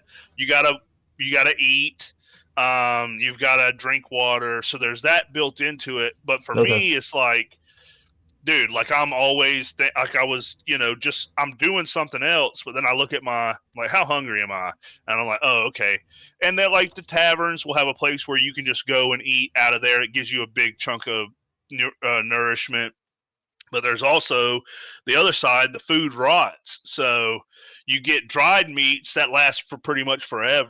It never goes bad. And then if you you say you hunt a rabbit and you cook that, it'll be bad in a day. I didn't know that was the thing with that game. Cool. Yeah, and the hunting is a big thing. So that's what makes it, to me, a 10 is just all the systems combined. I've already discussed on a previous episode, like how the alchemy is done. Everything has that same level of thought. Like when you're doing something, you're doing it. And your choices, like, one last thing I'll talk about is, so say you get a quest, right? and you're off doing a side quest or something, you ignore that. That quest will not expire, but it'll change the conditions whether you go immediately to it versus you put it off for a day or two and you're like out there picking posies and stuff for alchemy purposes, and then you go do it. They're going to say, "Oh yeah, that guy was here, but he's gone now. He went off in that direction." And then so you have to now you have to hunt him down. It makes it harder because you didn't go directly to him. Okay. So I see what you mean. Yeah. 2 I'm still working on, and so people are at which there's game, Elder Scrolls games do this more Oblivion and Morrowind than Skyrim, but where people are at certain places at certain times, like they're and there's some like where the dude's like, say he got injured, and so you got to go interrogate. They're holding on to him so you can go interrogate him. Well, if you wait a couple days, he's fucking dead. And now you got to go dig him up. You got to go dig up his body and look for a damn. And they're all thinking it's the plague. They're like, "Oh, he's plague-ridden, dude. Don't go over there." And then when you do it, you suffer a debuff in that town because you went and touched this plague-ridden dude. Like nobody wants to talk to you. So there's ramifications to how you handle the timeline. Some games you can. It goes all the way back. N64 Majora's Mask is where my mind goes. I don't know if the time restriction on that. Yeah, but, yeah. So yeah, I mean it's I really do think that if you ever got like hooked into Skyrim or you like those kind of games, Kingdom Come Deliverance is a must play. Like before, if you ever get a lull in your backlog and you got that, it's in the Steam library and you're looking at it, like at least load it up and play through the first little, I'd say give it at least 2 or 3 hours and just see what you think. Because there's definitely that Euro jank, but man, what is there is it's honestly, there's a lot of talk about Obsidian right now, but it's that same feeling you get when you get into like Fallout Vegas. When you say a lot of talk about Obsidian right now, you meant in a negative way or positive way? Yeah, because I think Outer Worlds 2 is actually like really strong. Now the thing with the Valve, I think that was like because we know too much behind the scenes. It was supposed to be actually like online, and then they shifted into single player, so the game's little. But the systems that are there in terms of like its combat and stuff, there's no game. Like I think the combat is sick at a Valve, and I really think people should play it for that reason alone. But I think Outer Worlds 2, I'll get into here soon. I think they nailed it, dude. They did a super good job. I think Obsidian's like one of the best teams that like exist in the AAA space. So this is one of the talking points. Grounded 2 is doing great too. Specifically with what do you call it? Outer Worlds 2. There were multiple reviewers that some were giving it like 8.8s or like 9s, and then there were others that were giving it like 7s, which, and what they said is like, it's not a bad game. What they do well, but this is Obsidian and we expect innovation in gameplay, not just execution. Yeah, there's not really anything crazy new, but I don't think you have to do that. I don't know. I think it's just solid. That's what I was making the distinction between. There's a solid, like you have a solid RPG that does the good things good. This is not that. This is the next. This is the wow factor of immersion, I guess. Yeah, when you get into it and you start seeing all the systems and all the time, the thought that went into it, that is Kingdom Come Deliverance. It gives you that like. Damn, this is a new way. Yeah, that sounds more appetizing. Yeah, the fact that that's the case. Yeah, I got you. But yeah. Okay, cool. I'm glad you loved it. I mean, throwing a 10 at it, good stuff. I mean, you're just like, hey, this is one of the best games out there. So that's pretty cool to hear. I didn't know. I mean, I've never heard anyone talk so highly of it. That's great. I actually haven't heard many people talk about it at all, to be honest. So that's good. Yeah. If you go back, like, so 2, a lot of people like really love 2, and I can't judge that one yet. But 1, just give it a peek. Give it a peek, even if it's just watching some videos on it, like the different systems. It's a great game. It's definitely, and for me, it's like, I don't know if I say one of top 5, but it beats the shit out of Skyrim. It beats the shit out of Fallout. Like, so maybe it is a top 5. Like, to me, it really does take it to that next level of like, hey, this is a new thing. They're like, they're doing things in a new and interesting way. All right, Rudy, what you been playing? Yeah, so I finally finished Hollow Knight. Definitely. Props, by the way. I mean, that's it. Thank you. Yeah, that was. It's a tough game of what I played. Oh boy, it was a lot of work, but I'm proud of myself because I did a good chunk of the game, probably like 50 hours, without looking anything up, and then I started looking stuff up. But honestly, it didn't take any enjoyment away from me because it was still. It's like you still have to beat all these tough bosses. You still have to do whatever it is that's required. It's just some guidance. But man, I had so much fun from start to finish. It was all the bosses were so great. The combat was so much fun. You started unlocking sort of new tools and ways to fight and things like that. Then there was like some cool little, like for example, you can find these, there's like side things. Like one side thing is you can find these little fleas in the game. And at one point it starts becoming like this thing where you can find all of them. If you find all of them, you can like unlock this sort of, think like in Expedition 33. Remember those areas where you can go do like the mini games kind of thing? Yeah. So they have like a Fleetopia area kind of deal like that. Like even like silly things like that. It's like but the games are super challenging, but man, so much cool stuff to do. And the thing I loved about this game the most is when you play the game, this is not a spoiler at all. It's just the fact that there's like more to do when you beat it officially. There's like Act 1, Act 2. When you beat Act 2, you can end the game there. And I feel like, man, it's so crazy that so many people would probably finish there. But if you do a bunch of extra things and collect a ton of extra things, do XYZ, you can get to Act 3. And Act 3 is a whole nother thing. Like I'm talking about, I think I spent another 20 hours or so in Act 3. Wow.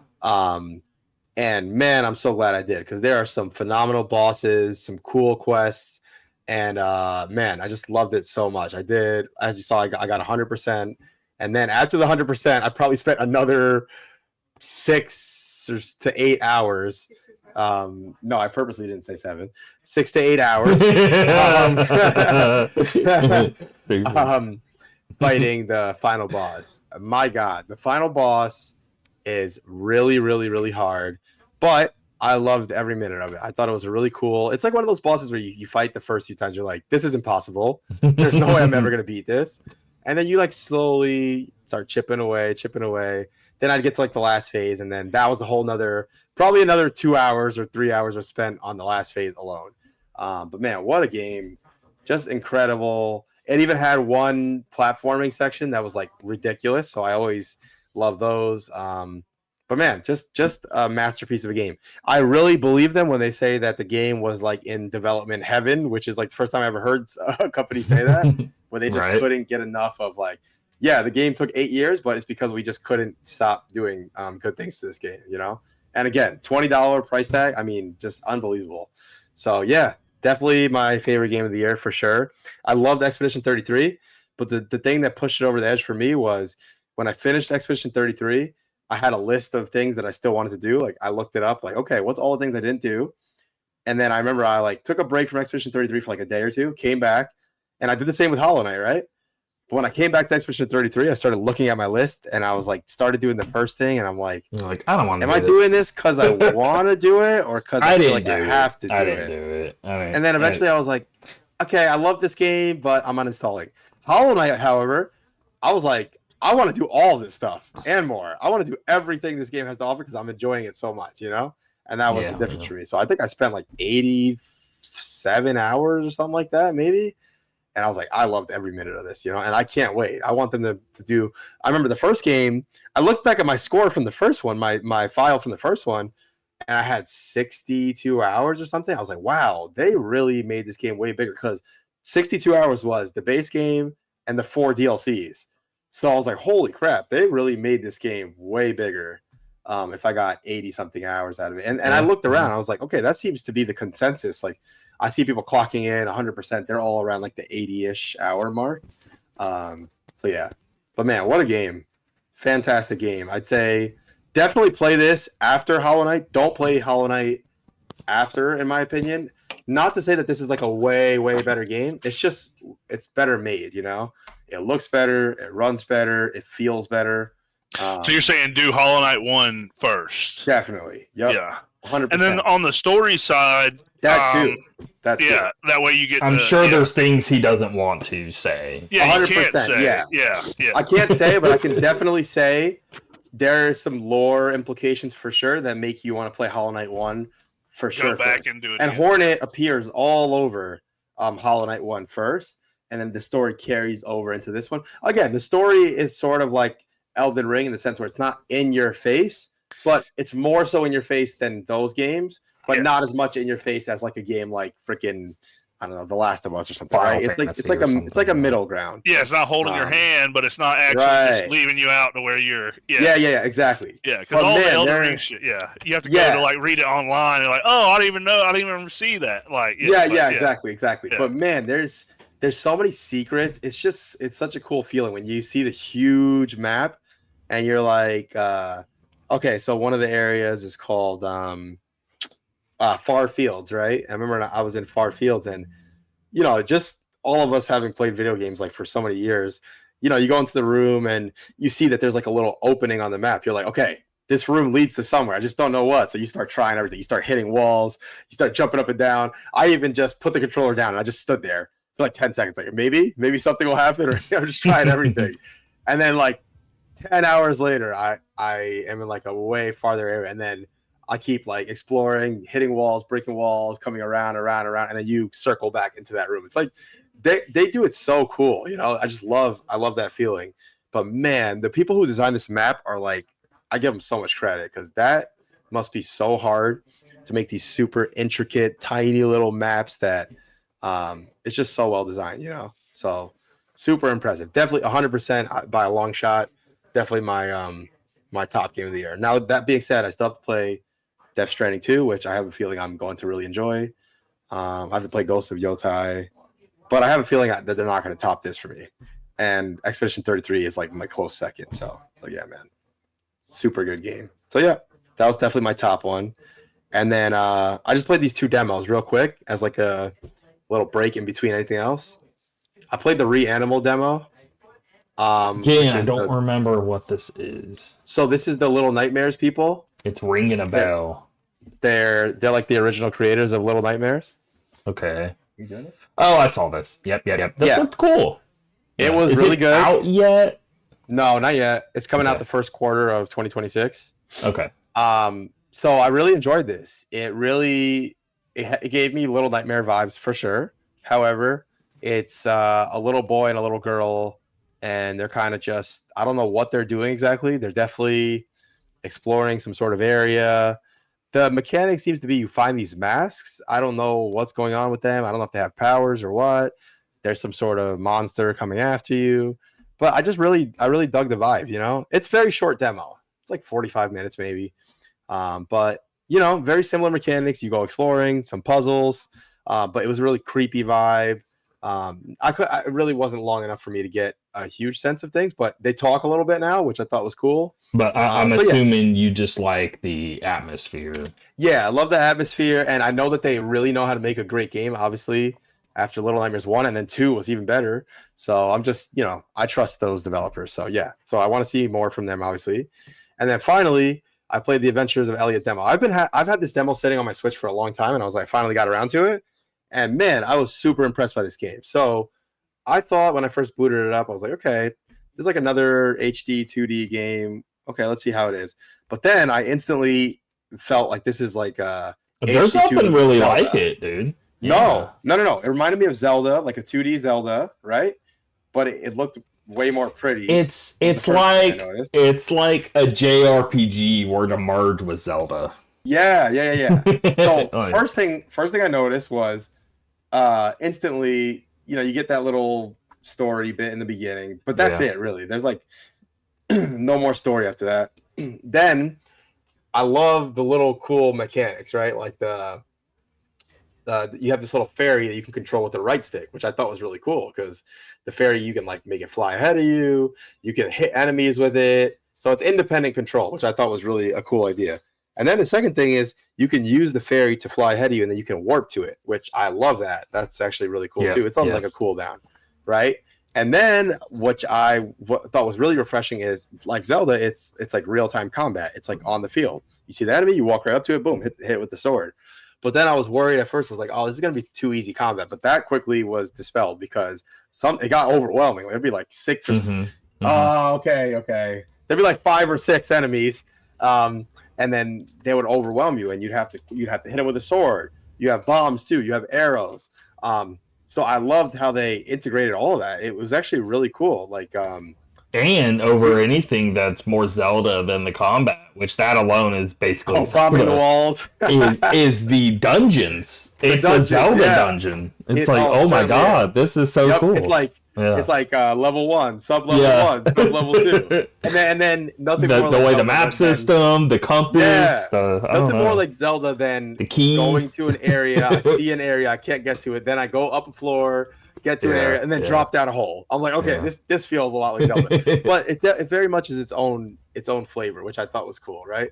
Then what I thought was cool was you could explore. I found like these 3 shrines, and each shrine had its own sort of like challenges. One was like, use the dash mechanic to run through this real quick, or another one was kill all these enemies, or whatever. And each shrine would give you like an extra heart to your back's health. Which also very Zelda, but like current age Zelda, where you're finding different shrines, and each shrine is like, figure out this interesting puzzle or fun way with a vehicle, whatever, all these different challenges. So yeah, I mean, the more I think on it, it's almost like, hey, here's Square Enix trying to make a Zelda game. But it's got very strong like Final Fantasy vibes mixed with like there's a whole like I don't know, there's like kingdoms and like it's very Final Fantasy but Zelda gameplay. It's weird. I think it's great. I think I think this game's gonna pop off real hard when it comes out. So I'm excited. Yeah, no, I loved all that. I loved the exploration in it. I thought was pretty cool, especially for a demo, right? It's not that large. And then there was even an optional boss, which I thought was cool. I just loved it. I thought it was a great feel. It went from let me check this out to I'm buying this day one, Yeah. So it has me really excited. I loved how it looked. I thought it was a really good looking game. I love the artwork, like when it would show like the actual drawing of the characters. So yeah, I'm all in, man. I think it looks great. The final boss, holy crap, he was pissing me off so much because he would do again. At first, I thought like, oh, this is gonna be too easy because I fought the optional boss, and it was really easy, right? I just kind of went up, and he would attack. I dodge around him, and I just boom, boom, boom, hit him with the sword 5-6 times. His health goes down quick. Dodge around him, same thing. He was done, right? So I was like, oh, are all the bosses gonna be like this? Oh man, I was wrong about that. The second boss, he freaking so he comes out. He's like this big frog guy, I think, if I remember correctly, and you can't touch him. He has like this thing on his head, right? And you can't touch him at first.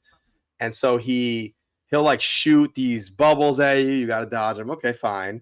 Then he does this thing where he'll shoot these tornadoes at you, and you have to like dodge around them. That's another thing. But then when he's doing that, he like opens his mouth and he'll suck the air, and you're supposed to throw a bomb at him, kind of like Zelda style, right? Yeah. And the first time he does it, no problem. There's nothing in your way. But the next time he does it, I must have died. Probably no joke, at least 10 times, and you can resurrect for like 20 currency, whatever your currency is. Dude, I was getting so mad at myself because what I kept doing was first I'd run up, I'm like, let me get close and throw the bomb at him, and then the tornado would hit me, and then he'd suck me up, chew you up, spit you out, and then you can't hit him. I'm like, okay, let me try again. Then he'd do it again, and then I die. I'm like, oh my god, I must have done that. Like, I'm like, okay, let me be smart, let me stay away. I chuck the bomb. I'm too far. It doesn't reach him. I'm like, oh my god. And I was like, this cannot be this hard. Finally, eventually I got him. But I'm like, okay, I can see how this game, they did a good job of making it actually challenging, So I'm excited. I think it looks great. And I was looking up. I was like, is this game on Steam or anything else? But I guess it's not coming to Steam. Is it coming? No, it is. I know it's coming to other it's platforms. just the demo is the demo's only on Switch. Gotcha. Yeah. Let me see. The game's coming, I think, to all platforms. Let's see. The Adventures of Elliot. Oh, it's coming to Switch and Steam only. Oh, I guess it's not coming to Oh, from what I can tell. Okay. I didn't. All right. Weird. Okay. Whatever. Yeah, wait, but now I'm confused. Hold on. Debut demo available on Nintendo Switch 2. But I want to see. No, but then now it's showing. See, when I first looked it up, it only said those two. I'm going to the website. When I go to their website, it says PS5, Xbox Series. It's all. Okay. Down the bottom. Yeah. Okay. Yeah. No, now we're good. Okay. Yeah, because cool. I don't know. Like I said with the last game, it looks like Square Enix is trying to be multi-plat for sure. Because Xbox Series X and S. Yeah, after that last thing, Switch 2, PS5. Artwork on this thing looks incredible, man. Oh, it's really beautiful game. It's sick. Yeah. I just love the world. Like when you're just roaming around the overworld, it's really neat because it has that Zelda sort of cut grass thing with it, and break pots, but it looks as nice as it does. I don't know. It's like, but it doesn't. It's doing so many things Zelda does, but it doesn't feel like a cheap knockoff or something. No, it doesn't. It's very original. Yeah. Oh, I forgot to mention the Magicite stuff. You collect these magic pieces.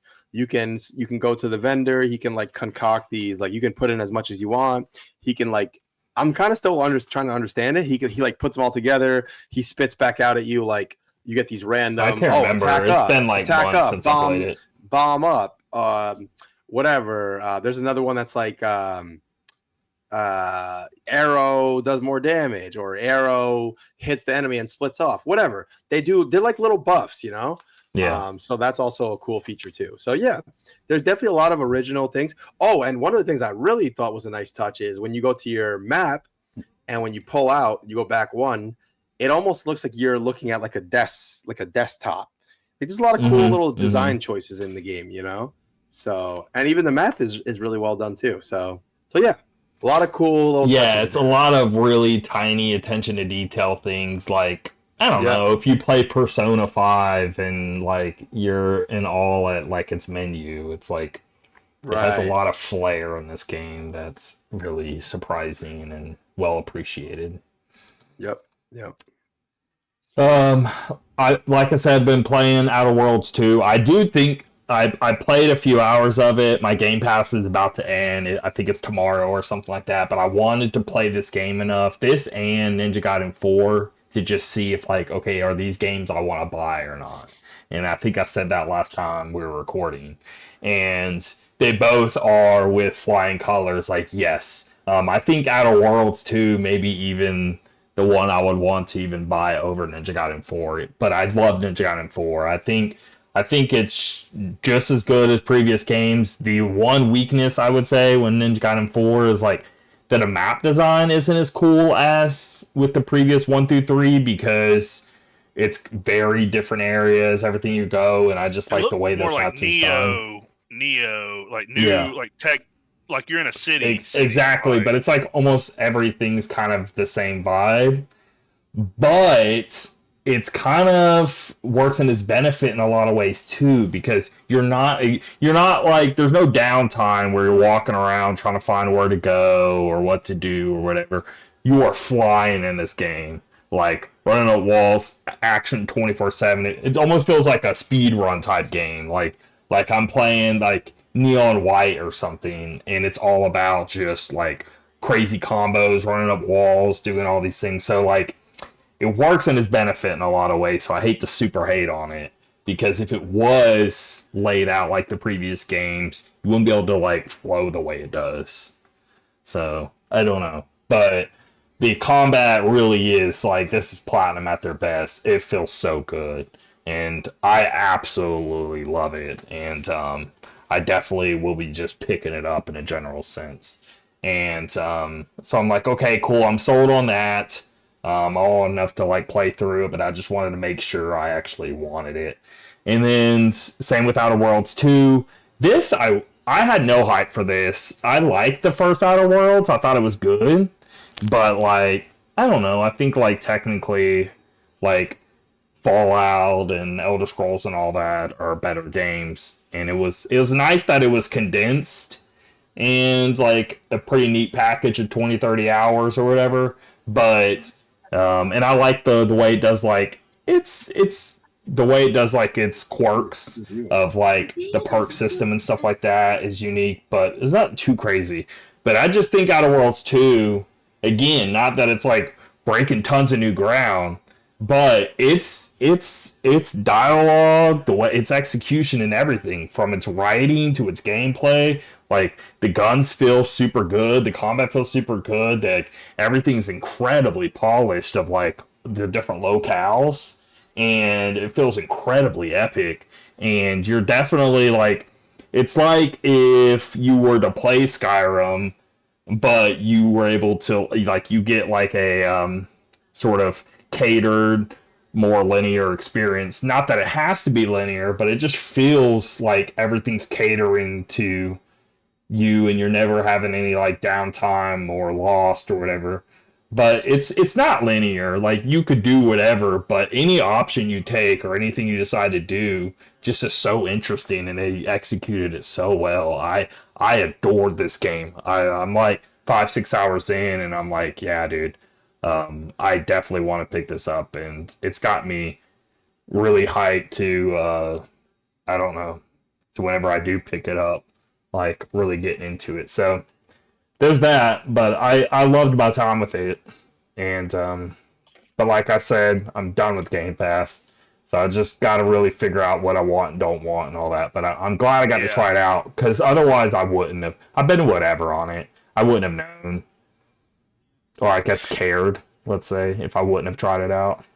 Yeah, and that's like with Game Pass. I'm probably gonna end up. I'll probably wait like 3 to 6 months, and then once they get some new stuff on there, I might get it for a month, and then try out a bunch of stuff. And like you said, use it like an extended demo type thing, Yeah. and So. cancel it.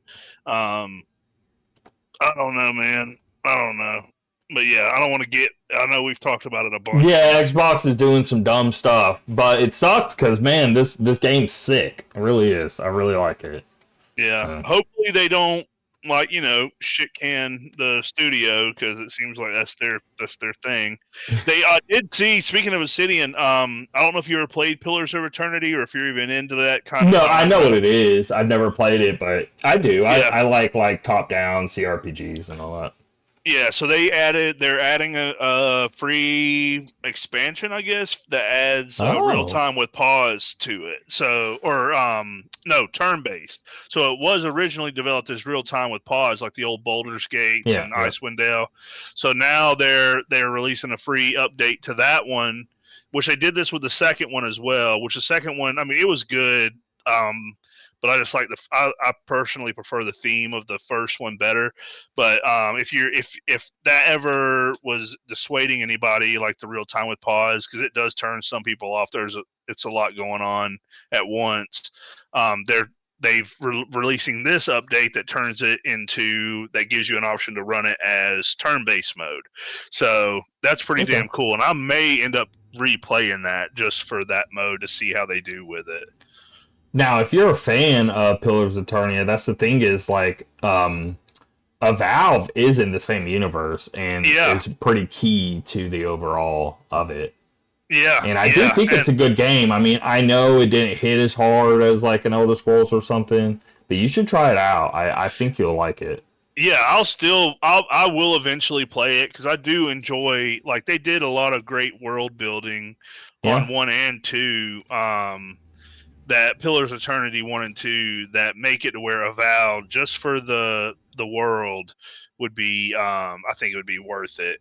The thing is, with 1, it was like they're really sticking close to the source material as far as like, it's a Baldur's Gate game. It's basically like a mix between Icewind Dale and Baldur's Gate. The storytelling, I mean, I played Icewind Dale and I played Baldur's Gate 2. And I've played Dragon Age Origins. I'm trying to think what are some others in that pocket. You ever play Planescape Torment? A little bit of it. I thought it was really cool. I would like to play more of it. Yeah, that one's more story focused, but there's also some other ones that aren't made by Black Isle, which was what Obsidian was, where Obsidian came from. But the lead on this game, Outer Worlds 2, he did one called Arcanum. It's a real time with pause, and I've never played it, but it looks really good. Arcanum, is it? Hold on, I'm just gonna look at it. It's by a company called, like, I think it's a Russian company, maybe Tritech or anyway, it is a really Arcanum of Steamworks and Magic Obscura is what it's called. Okay. And it's like right in there with basically those are what I would consider as CRPGs. Like, they are computer role playing games. They're really heavily this game based. feels like one if you're playing in first person and it has good combat. but I don't know, like the spirit is all still there, and the systems and all that stuff. Now, over everything, I would say this game, more than any game I've played in quite a long time, is just the polish. I think this is like up there with like Kojima with Death Stranding on like the polish and the fine attention to detail and everything executing on like all cylinders all time. Like, I think it's incredibly when you just play it, you see it and feel it immediately. Yeah. Anyway, I thought it was great. So and then last but not least, Shining Force 3. So I beat Shining the Holy Art. I don't remember if I said that last recording or not, but that's now done. So I could play into these games. And again, like I was showing in the beginning episode, just 3 parts. I'm in the first part. I'm about 30 hours in. This is meaty. This is good stuff. This is like... what's crazy is Final Fantasy Tactics, like, the new version of that dropped, and I was hyped to hop into that. But I'm playing this, and I'm like, I don't want to be playing 2 tactical RPGs at the same time. Similar gameplay. But now that I'm playing this, I'm like, man, I don't know. I don't know much about Final Fantasy Tactics, so we'll see. But I know I played like Tactics Ogre, which is what they worked on prior to Final Fantasy Tactics and stuff like that. And I'm going to be really shocked if they can live up to this Shining Force 3 game, is what I'm saying, because the systems in here are incredibly clever, and the battles get really huge battlegrounds of like different people coming in from different sides, and takes so much work, and you're 45 minutes in scratching your head on what to do next, like you're in a deep chess game, only to make a wrong move and restart, and you don't... It's like... But it's so much fun. And the thing is so in Fire Emblem, you know, if somebody dies, it's permanent death. This game isn't permadeath, but you really don't want somebody to die because, 1, they don't get to battle anymore and level up. 2, the cost to resurrect them is really high, so they still punish you a lot. And there's so many things that you need as much help as you can possibly get the whole time. 1 person dies, it drastically hurts you. But I don't know, there's neat things. There's like bird people to where they can technically, like, one of these maps, I'm on a train, on top of the train. Like, first of all, I'm getting to the train, and then it warps into a like second version to where now I'm riding in the train, and then a third version, now I'm riding on top of the train. It all takes place in the like sequence of each other, and different people coming in and out. Now I'm on top of the train, but I have this bird race where I can sort of fly off to the side. No one can hit me, and I can strategize things. And like, there's so many pockets of like different characters be able to do certain things. And the writing is super, super good, and I absolutely love this game. And I just heard so much praise about this, and I'm glad it's all like validated with me and being like, yeah, these are I don't know, because after this they did Golden Sun, and then they didn't do anything else in terms of RPGs. So, but I'm excited to go through this whole like trilogy of games, and they're incredibly high quality. I'm loving them. So it'll be a while till I have that done, but I'm working through it. Super happy with them. And, we'll get to New Game Watch, and we'll get out of here. All right. Do you do the ladder? Edging on Xbox Series X and X, PC November 6th, Hyrule Warriors Age of Imprisonment. I'm not like, I don't know, these I played other ones and they are good, but anyway, I don't know. I don't have time to just be pouring hundreds of hours time to those. into just killing random people and waves and all that. I need a little more purpose, let's say, but who knows? Maybe there's an interesting story. Anyway, Hyrule Warriors Age of Imprisonment, Switch 2, November 6th. I'm whatever on it. Pools, iOS, November 6th. Siberia Remastered, all platforms, but Switch, November 6th. The Last Caretaker, Early Access, PC, November 6th. Tiny Lands 2, Switch, PC, November 6th. Anama Gate of Memories, 1 and 2 Remastered, all platforms, but Switch, November 7th. Thrasher, PC, November 7th. Void Train, Xbox Series X and S, PC, November 7th. Ambroso Sky, PC, November 10th. Fallout 4 Anniversary Edition, all platforms, but Switch, November 10th. Put that on Switch. Actually, they didn't, sorry. I think I put it in the story and forgot to mention it. It is coming to Switch. I think it's like early next year they're putting Fallout 4 on Switch. That'd be cool.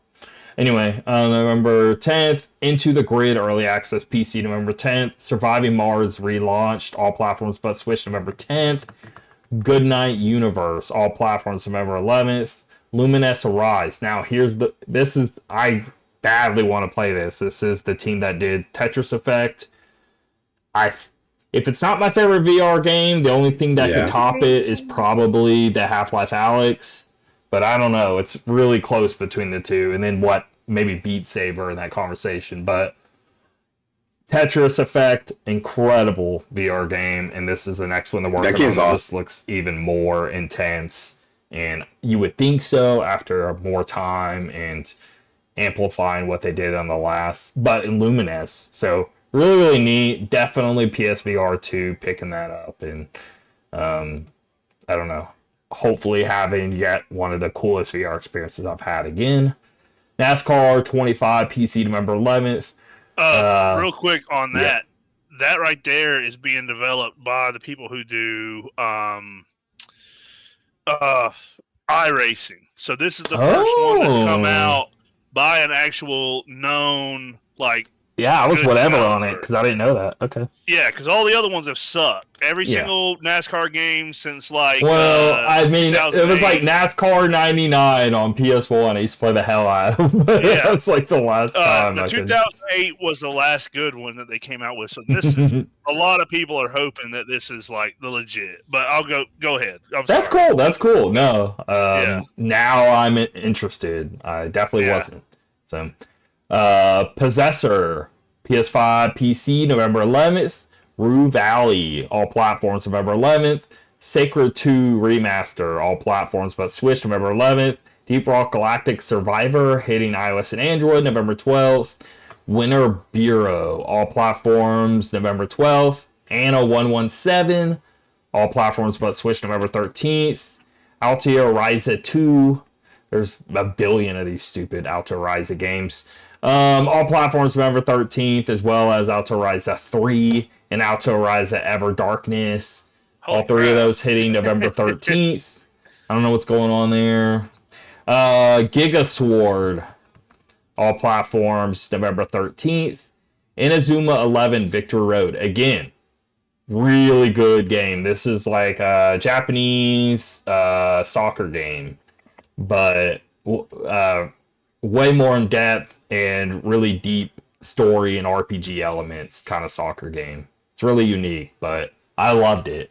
But it's hitting all platforms. It was out on. It was a 3DS game, and I don't know if this is like a next one or a remake or what's going on there, but either way, Solid games. Ren Sport, all platforms, November 13th, but Switch. Siberia Remastered hitting Quest 3 on November 13th. Yakuza Kiwami 1 and 2 hitting November 13th on Switch 2. That's always great to see. Black Ops 7, all platforms, again, but Switch, even though they swore in court that it would be. So, again, what's going on there? November 14th. Again, I was hyped on 6. I really was, and I had fun with it.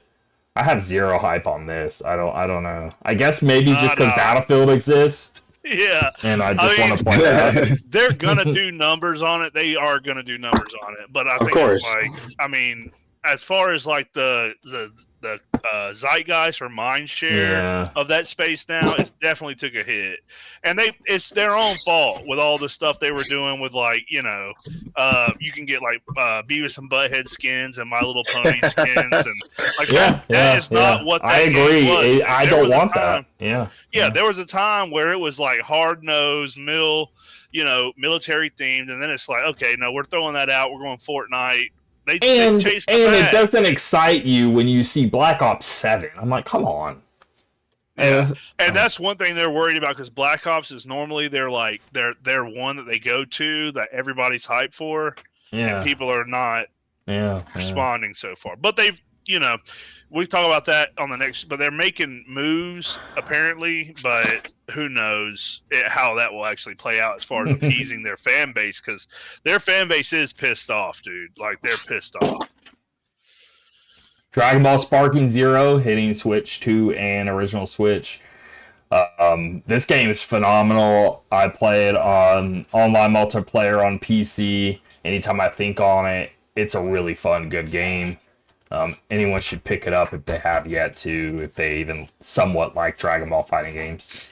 Monster Hunter Stories 1 and 2 hitting Xbox One November 14th.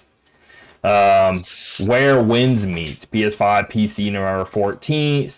Escape from Tarkov, I guess there's a new thing hitting November 15th. Force Strike, Switch, PC November 17th. Indica. What's that? Indica. What's that about? I don't know. Weed? Is that's what I was. It's not actually Indica. That's something different. Yeah. Oh wait, I know this game. I've heard a lot about this game. It's supposed to be really good. November it's like 7th. This. I've seen screenshots and pictures of it. It looks like some journey about this. I don't know if it's like this Muslim girl. It's like a religious thing, but it looks really interesting. She looks like a nun. A nun. I don't know if she's in Russia. Here? It's in Russia, I think. Hold on. Yeah, a nun's journey of self-discovery. But man, I've seen some wacky. I'm gonna skip through the trailer here. It got good. It got good reviews. The devil. It's got the devil. Visions. Yeah. I've heard some crazy stuff. I've always wanted to play it. Dude, this looks cool. Literally. Yeah. Y'all should skim through the trailer. This looks wild. Yeah. So very like psychological horror. Yeah. Kind of. And I hear it's not too long at all either, so you could play this in a weekend, Okay. That does look cool. All right. Yeah. I've been wanting to play this one for a while. Just never got around to it. I wonder if there's any Switch 2 specific like enhancement, even if it just runs better natively because they uncap things, Sure. I would want to know that. I think it's like in the 14th century or something, like a long time ago. Sheepherds. PC November 17th, Solo Leveling, Arise, Overdrive, PC November 17th, The Berlin Apartment, all platforms but Switch November 17th, Marvel's Deadpool VR, Quest 3 November 18th, Morsels, all platforms November 18th, News Tower, PC November 18th, SpongeBob SquarePants, Titans of the Tide, all platforms November 18th. This is interesting. So, a new SpongeBob game hitting Switch 2 but not Switch 1. So it kind of tells me that people, when they're making like, all these intellectual property games like Batman or whatever, like they probably are just moved to Switch 2. And I hope that's just the case, is what I'm getting at. I want to just see everything drop in Switch too. Are you I gonna want get the things to move SpongeBob on. SquarePants game? No, I don't care about the game itself. I just excited to see like, oh, here's some like mainstream game for just like the broad audience, but it's Switch 2 and not Switch 1. It excites me to see that. Yeah, we could go on a trip and play this, man. The last time that we went on a trip and I saw you were playing SpongeBob, I was like, dude, this is some deep stuff, man. This is deeper than I ever realized, bro. Oh yeah, oh yeah. Squirrel with a gun. Speaking of SpongeBob, I guess Sandy has a gun. Switch 2, November 18th. Demon School, all platforms, November 19th. And Moonlighter 2, The Endless Vault, early access, PC, November 19th. Moonlighter's a cool game. So, yeah. Anyway, but that is that. Y'all have anything else to say? Just make sure you spay and neuter your pets, and that's all I got. That's all I got. It's a lot of cats running around your neighborhood. What? Yeah, I do have. Luckily, most of them have their ears, like the little symbol, universal symbol that I can no longer breed. They got their ears snipped, but yeah, man, just make sure you're not letting your animals run around and making problems for society. So, is your dog maybe potentially about to kill one of these cats? Dude, they just hang out in my backyard when I open. That's the door what I'm saying, dude. That your dog will tear them apart. I know, It's a hold of one. Dude. My Odin, the one I no longer have the right to see anymore. Yeah, dude. One time he yoinked one off the top of my fence, dude, and his mom was like heartbroken over it. I was like, dude, what do you expect, man? These cats, they test their luck. They didn't realize they were dealing with an apex canine predator. It was sad, but no, dude, it's like, yeah, dude. I've been on the other end of that. I had like a cat that was like walking on neighbor's fence. Dog went up and just tore. Literally, I saw the aftermath of just like hairballs and parts all over the backyard. To them, it's not nothing. It's just like, and it's done. And like, but he did that with raccoons. But really, with cats, it's like, man, if you're gonna let them out, at least make sure they're neutered. I'm getting on some what is it? The guy from there's an old the guy who was in Billy Madison, the guy who gets into the fight. No, the guy who Adam Sandler fights. The price is wrong, bitch. Yeah. First of all, that's Happy Gilmore. Happy Gilmore. And you're talking about Bob Barker. Bob Barker. Yeah. That was his sign-off thing. Is make sure you spay and neuter your pets every time when they got off. That's where I got that from. But no, for real. I'm saying, like, it's it's becoming a problem in my life. So that's why I thought of it. Like sitting here like an old man, like these fucking cats.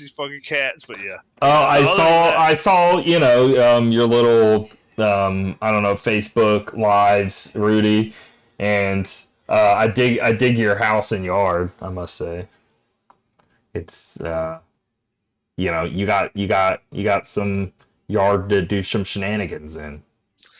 Oh yeah, living the New England life, dude. Yeah. Living the New England crisp air life. I realized that when I moved into this house, I thought, okay, I think it was like end of September. I was like, all right, no one's probably ever done these gutters in the entirety of this house's existence. So let me go do it, right? So I did it, and I didn't really know anything about it. So I did it. The leaves were like all gross, sopping wet and everything, right? So I got up there with like a bag, gloves, and I did it. It took me forever. This house has so many gutters, right?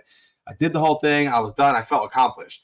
Then I realized that this house, there's so many trees here. The leaves fall constantly. And now I know for next year, because I'm going to have to do it again. And normally I wouldn't have to do it again anytime soon. So now I know next time I'm not going to do it until like middle of November or something. Because you're just immediately hit with it again. I'm gonna do it like when it's dry, when the leaves are dry, and blow that crap off. 'Cause I'm never doing it again that way. They've got little protector roofs. That, I heard about it would that. be an investment. It would be an investment, but you Yeah. can get them where they snap onto where it'll prevent the leaves from falling directly into it, and it allows the water to flow down. So some leaves will come in off the roof. I need that. Yeah. I might have to get. It might be worth it because man. And then what I'm gonna do is I'm gonna blow them off this time with the leaf. Yeah, they got a thing they got this thing that's like shoots water. It hooks, and you can just stick it up in the gutter and then like blast it out. But you're gonna get shit all over you. So just make sure you wear some clothes you don't care about. But yeah, but those inserts, that's a good idea. Yeah, and another thing, if you cared to do this, you can take that mulch and the leaves and all the biomatter, especially if it hasn't been done in a while, dude. It's really good potting soil or like mulch for because the stuff is like it's like basically like just been there biodegrading for years and years. Whatever seeds you can mix that and grow something, do it. Yeah, I've had oak trees grow out of my gutters before, like an oak tree. I had to pull it out, and dude, you'd be surprised how. Like its root system was like going like 6 feet in both directions. That's crazy. In the gutter. But it's really good for if you're into planting stuff. It's good. It's good stuff to use. Yeah, I'd like to eventually start getting on that stuff. So yeah, that's where I'm at. I'm like, oh yeah, I'd love to. Like we have rose bushes that need to desperately be trimmed, and I'm just like, yeah, one day I'll get to that shit. I'm good to mow the grass right now. Yeah. That's too funny. But yeah. All right, well, good night. Till next time. See y'all. Y'all have a good one. See ya.